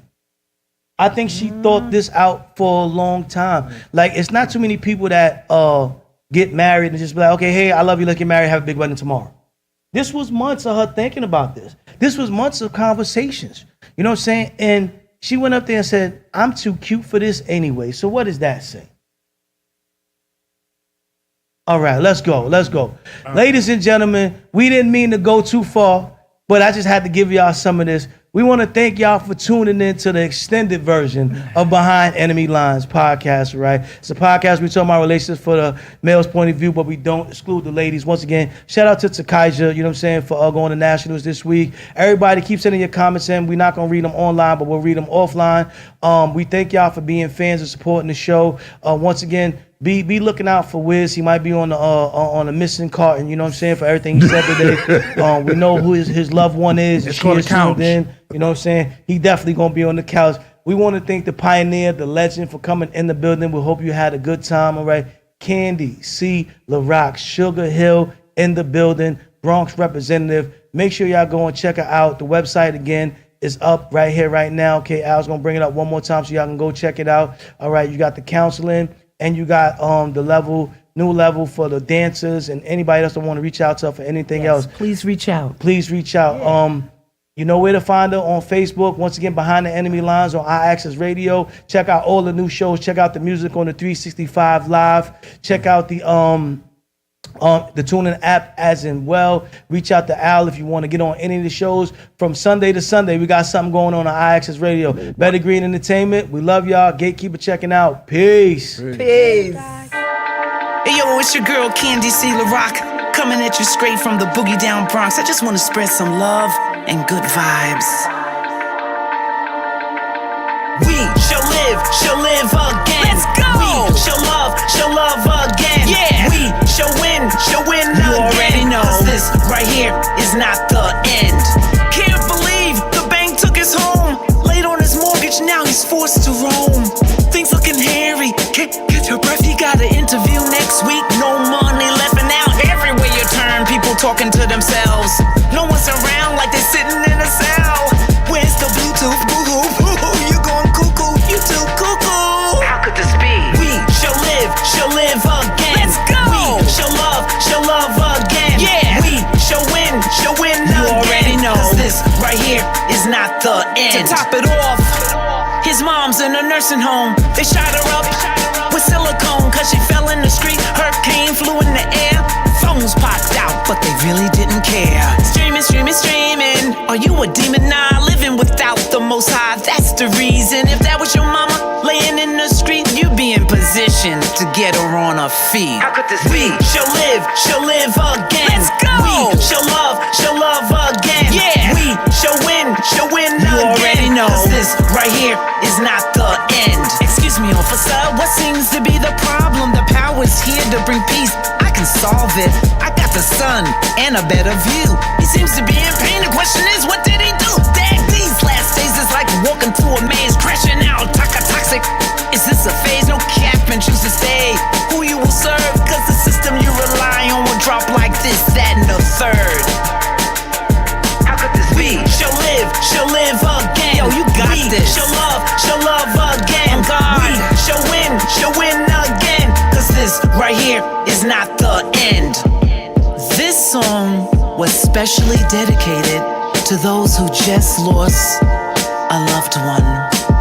I want you to be encouraged, cause it's not over until God says it's over.